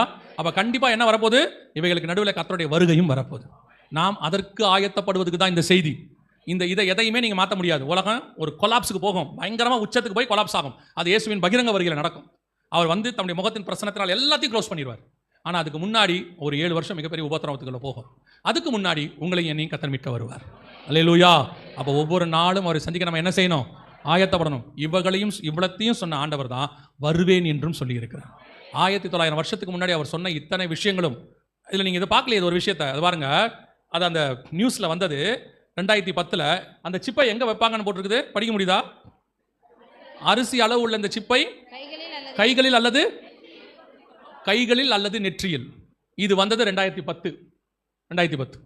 பைபிளில் சொன்னது 1900 வருஷத்துக்கு முன்னாடி அதே ரெண்டு பிளேஸ் கை அல்லது நெற்றி. இன்னும் பைபிள் பர்டிகுலராக சொல்லுது வலது கையிலாவது நெற்றிகளிலாவது. இத்தனை துல்லியமாய் தீர்க்க தரிசனம் சொல்ற ஒரே புஸ்தகம் உலகத்தில் பரிசுத்த வேதாகமம் மட்டுமே. வேறொரு புஸ்தகத்தில் இதை நீங்கள் பார்க்கவே முடியாது. எவ்வளோ அழகாக தெளிவாக சொல்லி வச்சிருக்கிறார். ஸோ அவர் வரப்போவது அதிக நிச்சயம். ஆண்டவர் நம்மை அழைத்து கொண்டு போகிறார். முதலாவதாக இந்த வருகையில் போகிறது தான் இம்பார்ட்டன்ட், அதான் ரொம்ப முக்கியம். அதுக்கு முதலில் நீங்கள் ஆண்டவரை ஏற்றுக்கொண்ட அனுபவம் இருக்கணும். அவருடைய ரத்தத்தாலே கழுவப்பட்ட அனுபவம். இயேசு உங்களை கூட்டிகிட்டு போக ரெடியாக இருக்கிறார். அவருக்கு வேறு எந்த பாகுபாடு கிடையாது. எந்த மொழி, எந்த இனம், எந்த ஜாதி, எந்த இது எதுவுமே கிடையாது. இயேசு கேட்டது ஒன்றே ஒன்று தான், மனம் திரும்புங்கள், பரலோக ராஜ்யம். இயேசு கிறிஸ்துவின் ரத்தம் சகல பாவங்களையும், உலகத்தில் இருக்கிற எல்லாருக்காகவும் இயேசு ரத்தம் சிந்திருக்கிறார். அவர் வந்து எந்த பாகுபாடும் கிடையாது. அவர் நம்மை மூத்த சகோதரன் பைபிள் சொல்லுது. ஸோ இயேசுவின் ரத்தத்தால் கழுவப்படுவதற்கு ஒப்புக் கொடுங்க. என்னங்க செய்யணும்? ஒன்றே ஒன்று தான், இயேசுவே என் உள்ளத்தில் வாரும், என் பாவத்தை மன்னியும், ரத்தத்தால் என்னை கழுவும், உங்களுடைய பிள்ளையாய் என்னை ஏற்றுக்கொள்ளும். இதை மட்டும் நீங்கள் உண்மையாக சொல்லி பாருங்க. உங்ககிட்ட வேற ஒன்றையுமே அவர் கேட்கல, எல்லாவற்றையும் அவர் கிரயமாய் செலுத்திட்டாரு. அவர் உங்ககிட்ட கேட்டது உங்கள் இருதயம் மட்டும்தான், வேற எதையுமே கேட்கல. நீங்கள் யாரா வேணா இருந்துட்டு போங்க, என்ன வேணா இருங்க, முழங்கால் போட்டு இந்த காரியத்தை மட்டும், என் உள்ளத்தில் வாரும், என் பாவத்தை மன்னியும், ரத்தத்தால் என்னை கழுவும், உங்களுடைய பிள்ளையாய் என்னை ஏற்றுக்கொள்ளும் சொல்லி பாருங்க. இயேசு பாவங்களை மன்னிக்க வல்லமை உள்ளவராக இருக்கிறார். அல்லேலூயா. அப்படி சபைக்கு வந்து கொண்டிருக்கிறவர்கள், நான் தொடர்ந்து வந்துகிட்டே இருக்கிறேன், அடுத்து இந்த வருகையில் போகிறதுக்கு நான் என்ன செய்யணும் அப்படின்னு கேட்டிங்கன்னா, வேதம் சொல்லுது பிதா குமாரன் பரிசுத்தாவி நாமத்தினாலே தண்ணீரில் மூழ்கி ஞானஸ்நானம் எடுக்கணும். அது எதுக்கான அடையாளம்னா, நீங்கள் எந்த ஒரு பொருளை வாங்கினாலும், புது பொருளாக கூட இருக்கட்டும், வீட்டுக்கு வந்து அதை முதல்ல என்ன பண்ணுவீங்க? யூஸ் பண்ணுறதுக்கு முன்னாடி அதை கழுவும் இல்லையா? நல்ல மனுஷங்க என்ன பண்ணுவாங்கன்னு கேட்டிங்கன்னா, புது சட்டப்பாட்டு வாங்கிட்டு வந்தால் கூட என்ன பண்ணுவாங்க? அதை ஒரு தடவை வாஷ் பண்ணுவாங்க. சிலர் தான் அப்படியே போட்டு போயிடுவாங்க. என்ன காரணம்னா, ட்ரையல் ரூமில் யார் வேணாலும் போட்டு பார்த்துருப்பான். அதனால் என்ன பண்ணுவாங்கன்னா, எந்த ஒரு பொருளை கொண்டு வந்தாலும் முதல்ல என்ன செய்வோம்? பேசிக்காக என்ன பண்ணுவோம்னா, நம்ம அதை கழுவும் எடுப்போம். நம்ம அதே மாதிரி தான் நம்ம ஆத்மாவை கர்த்தர் பரலோகத்துக்கு கூட்டு போக போகிறார். அவர் உலகத்திலேருந்து வேறு பிரித்தோம், நான் பாவத்துக்கு மரித்து நீதிக்கு உயிர்த்தெழுகிறேன், புது மனுஷனாக மாறுறேன்றதுக்கு அடையாளமாகத்தான் ஆண்டவர் என்ன செய்கிறாரு? ஞானசானத்தை சொல்கிறார். இவங்க வச்சதுனால ஆண்டவர் வைக்கல, ஆண்டவர் ஞானசானத்தை வச்சாரு. அதை பார்த்து தான் அந்த உலகம் ஃபாலோ பண்ணிட்டு இருக்கு. எல்லாத்தையும் கழுவணும்னு சொல்லிட்டு இருக்காங்க. தண்ணி போட்டு எல்லாமே தண்ணியில் கழுவுறாங்களா? எதை எடுத்தாலும் தண்ணியில் என்ன செய்கிறாங்க? ஒரு தடவை தண்ணியில் அலசிருங்கம்பாங்க. அது எதுலேருந்து வந்துச்சுன்னா, 2000 வருஷத்துக்கு முன்னாடி ஆண்டவர் சொன்னது இது ஞானசானம் எடுத்தல். ஸோ ஒருவன் ஜலத்தினாலும் ஆவியினாலும் பெறவாவிடில் பரலோகத்தில் பிரவேசிக்க முடியாது. ரொம்ப இம்பார்ட்டன்ட். அடுத்து மூணாவது, எபேசியர் 4:30 சொல்லுது, ஒரு ஆவிக்குரிய சபை மீட்கப்படும் நாளுக்கென்று முத்திரையான பரிசுத்த ஆவி, இந்த ஆவியானவரால் நடத்தப்படுகிற சபைக்கு உங்களை ஐக்கியமாக இணைச்சுக்கொள்ளுங்க. பரிசுத்தான அபிஷேகத்தை பெற்றுக்கொள்ளுங்க.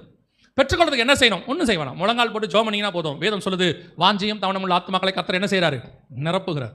நீங்கள் கேட்டிங்கன்னா போதும், ஆவியான நிரப்ப. இப்போவும் சொல்கிறேன், ஒரு சிலர்லாம் சொல்லுவாங்க பரிசுத்த ஆவியெல்லாம் கிடையாதுங்க, அப்படிலாம் ஒன்றும் இல்லை, அது ஒரு ஆள் தத்துவமே இல்லை, ஜஸ்ட் அது வந்து ஒரு பவர் அப்படிம்பாங்க. பரிசுத்த ஆவியானவர் தான் சபையை நடத்துகிறவர், ஆவியானவர் தான் சபையில் பேசுகிறவர், பரிசுத்த ஆவியானவர் தான் உங்களை கொண்டு போய் பரலோகத்தில் சேர்க்க போகிறவர். பரிசுத்த ஆவியான அபிஷேகத்தை பெற்றதால் நான் சொல்லுகிறேன், ஆவியானவர் உண்டு, அவர் தான் சபையை கொண்டு போய் பரலோகத்தில் சேர்க்க போகிறார். அல்லேலூயா. இது சபையில் நடக்கிற அபிஷேக கூட்டத்திலே கலந்து கொள்ளலாம். அப்படி இல்லை, எனக்கு சபைக்கு வரத்துக்கு அல்லது வந்து போகிறதுக்கு அந்த நேரத்துக்கு வந்து போக முடியாது, வீட்டுக்கு தெரியாது அப்படின்னு சொன்னீங்கன்னா, வீட்டில் யாரும் இல்லாத போது முழங்கால் போட்டு நீங்கள் நல்லா ஜெபம் பண்ணுங்க, ஆவியானவர் உங்களை நிரப்ப வல்லமை உள்ளவராக இருக்கிறார். அல்லேலூயா. நாலாவது, அப்போஸ்தலர் நடவடிக்கைகள் 2:40 சொல்லுது, மாறுபாடான சந்ததியை விட்டு விலகி உங்களை ரட்சித்துக் கொள்ளுங்கள். உங்களுக்கு உலகத்துக்கும் என்ன இருக்கணும்? வேறுபாடு, வித்தியாசம் இருக்கணும். 12 ரோமர் 12 வாசிக்கிறோம் இல்லையா? 1-3 வசனத்துக்குள்ள, உலகத்துக்கு ஒத்த வேஷம் தரிக்காதிருங்கள்னு வேதம் சொல்லுது. இன்னைக்கு சபை அந்த இடத்துக்கு போயிருச்சு. உலகத்துக்கு ஒத்த வேஷம். ஆண்டவர் அருவருக்கிற மிக முக்கியமான விஷயம் என்னன்னா, சபையும் உலகமும் கலக்கிறது. நோவா காலத்தில் உலகம் அழியறதுக்கு இருந்ததான மிக முக்கியமான ஒரு காரணமாக ஆண்டவர் சொல்றாரு, தேவபுத்திரர் மனுஷகுமாரத்தையோட என்ன செஞ்சாங்களாம்? இணைஞ்சாங்களாம். அதே மாதிரி தான் இப்போ சபை என்ன செஞ்சுக்கிட்டு இருக்குன்னா, உலகத்தோடு கூட தன்னை இணைத்துக் கொள்கிறது. உலகம் எப்போவுமே அட்ராக்ஷன், அது கவர்ச்சி. உலகத்தில் உள்ளது என்னது? கவர்ச்சி. நல்லா கவனிச்சு பாருங்க, கவர்ச்சியாக இருக்கிறது எல்லாமே நன்மையாக இருக்காது. ஆனால் பல நேரத்தில் நன்மையானது கவர்ச்சியாக இருக்காது. ஜீவ விருட்சம் இயேசு கிறிஸ்து வசனம் சொல்லுது, அவர் சிலுவையில் தொங்கும்போது எப்படி இருந்தாராம்? விரும்பத்தக்க ரூபம் அவருக்கு இல்லாது இருந்தது. ஆனால் அந்த சிலுவையில் தான் உங்களுக்கு எனக்கும் மீட்பு கிடைச்சிச்சு. இந்த உலகம் கவர்ச்சி, அட்ராக்ஷன், உன்னை இழுக்கும். பார்க்கும் போது அப்படியே ஓ இது இருந்தால் டவுன் டு எர்த்தும்பா. என்னது டவுன் டு எர்த்து? எனக்காக வானத்திலிருந்து இறங்கி வந்த தேவதைம்மா. கல்யாணம் பண்ண பிறகுதான் தெரியும் அது பாதாளத்திலிருந்து ஏறி வந்த மிருகம்னு. அது வரைக்கும் அவனுக்கு தெரியாது. அவன் நினச்சிப்பான் அது வானத்திலிருந்து இறங்கி வந்த தேவதைன்னு. அதுக்கப்புறம் தான் இந்த விஷயமே தெரியும். ஆனால் ஒன்று, அப்படி பண்ணுறவங்களாம் ரட்சிக்கப்பட்டுறான். அடிக்கிற அடியில் நம்ம சொன்னால் கேட்க மாட்டாம்ல, ஆண்டவர் அதுக்கப்புறம் யார்ட்டையும் பிடிச்சி கொடுக்குறாரு. அந்த மாதிரி உலகத்துக்கு ஒத்த வேஷம் தரிக்காதுருங்க, ரொம்ப கேர்ஃபுல்லாக இருங்க. அதுவும் இந்த காலத்தில் சபைக்குள்ளே உலகத்தை கொண்டு வராதிங்க. அங்கே ஆடுற ஆட்டம், அங்கே பாடுற பாட்டம், அவன் குதிக்கிற குதி. நீங்கள் பாடுறீங்களா பாடுங்க, ஆவியில் நிரம்பி பாடுறீங்களா பாடுங்க. ஆனால் சினிமாக்காரன் பாடுற மாதிரி பாடாதீங்க. நீங்கள் ட்ரெஸ் பண்ணுங்க. வசனம் சொல்லுது, எல்லாவற்றையும் அனுபவிக்க எனக்கு அதிகாரம் உண்டு, ஆனால் எல்லாமும் எனக்கு தகுதியாக இருக்காது. யோசிச்சு பாருங்க, இவர் இங்கிலாந்துக்கு கிங் இருக்கிறாரு, சார்லஸ் இருக்கிறாரு. அவர் ஜனாதிபதியை ட்ரம்ப்பை பார்க்க வரும்போது அவர் ஷார்ட்ஸும் டிஷர்ட்டும் போட்டால் எவனா கேட்க போறானா? அவரை ஏதாவது கேட்பானா? ஆனால் அது தகுதியாக இருக்காது. ஒரு ராஜாவை பார்க்க போகிறோம், அங்கே ஒரு பிரசிடென்ட் இருக்கிறாரு. அப்போ நம்ம ஒரு ப்ரோட்டோகால் இதுதான் அப்படின்னு ஒரு இருக்குல்ல. இப்போ நீங்கள் ஸ்கூலுக்கு போகிறீங்க, உங்களுக்கு ஆசை தான் இல்லையா? இப்போ நீங்கள் சர்ச்சுக்கே வாங்க, உங்களுக்கே பாருங்கள், ஷார்ட்ஸும் டிஷர்ட்டோட வரது உங்களுக்கு வசதியா இல்லையா? நைட்டியோட வர சொன்னால் நீங்கள் வருவீங்களா மாட்டிங்களா? ஆமாம் தானே? கடை கிடைக்கலாம், அங்கேயே போயிடுறீங்க. ஒரு டவலை மேலே போட்டு நீங்கள் பாருங்க, கொஞ்சம் ஏமாந்தா சர்ச்சுக்கு வந்துடுவீங்க. நீங்கள் நாங்கள் விட்றதில்ல. சகோதரர்கள்லாம் கொஞ்சம் ஏமாந்தா அவன் டிஷர்ட்டும் ஸ்லீவ்லெஸ் பனியனும் போட்டு ஹாய் பாஸ்டர்ன்றான் வந்து உள்ளுக்குள்ள. சரியா? அடுத்து நடந்துடும், அதுவும் நடக்கும். அது தகுதியாக இருக்குமா? தகுதியாக இருக்காது. பரலோகத்தில் அந்த கேருபீன்கள், ஏசாயா புஸ்தகம் சொல்லுது, கேருபீன்கள் என்ன செய்தான்? 2 சட்டைகளால் முகத்தை மூடி, 2 சட்டைகளால் கால்களை மூடி, 2 சட்டைகளால் பறந்து பரிசுத்தர் பரிசுத்தர் பரிசுத்தர். பரலோகத்தில் இருக்கிற தூதனே அவ்வளோ அடக்க ஒடுக்கமா இருக்கிறான். இங்கே எப்படி வேணாலும் வரலாம், என்ன வேணாலும் செய்யலாம், கேட்கக்கூடாது. ஏன்? கடைசி காலம், தேவபுத்திரர் மனுஷகுமாரத்திகள் இணையிறது, அது அட்ராக்டா இருக்கு. என்னங்க தப்பு? அப்படி ஒரு சட்டை போட்டா என்ன கத்தர் கோச்சிப்பாரா? கணம்னு ஒன்று இருக்குல்ல. ஏன் உன் பையனை நீ அனுப்பிவிட ஸ்கூலுக்கு யூனிஃபார்ம் அதுக்கு பதிலா வெறும் உங்க பையனை 4வது படிக்கிற பையனுக்கு பனியனும் ஜட்டியும் போட்டு அனுப்பிவிடுங்களேன்.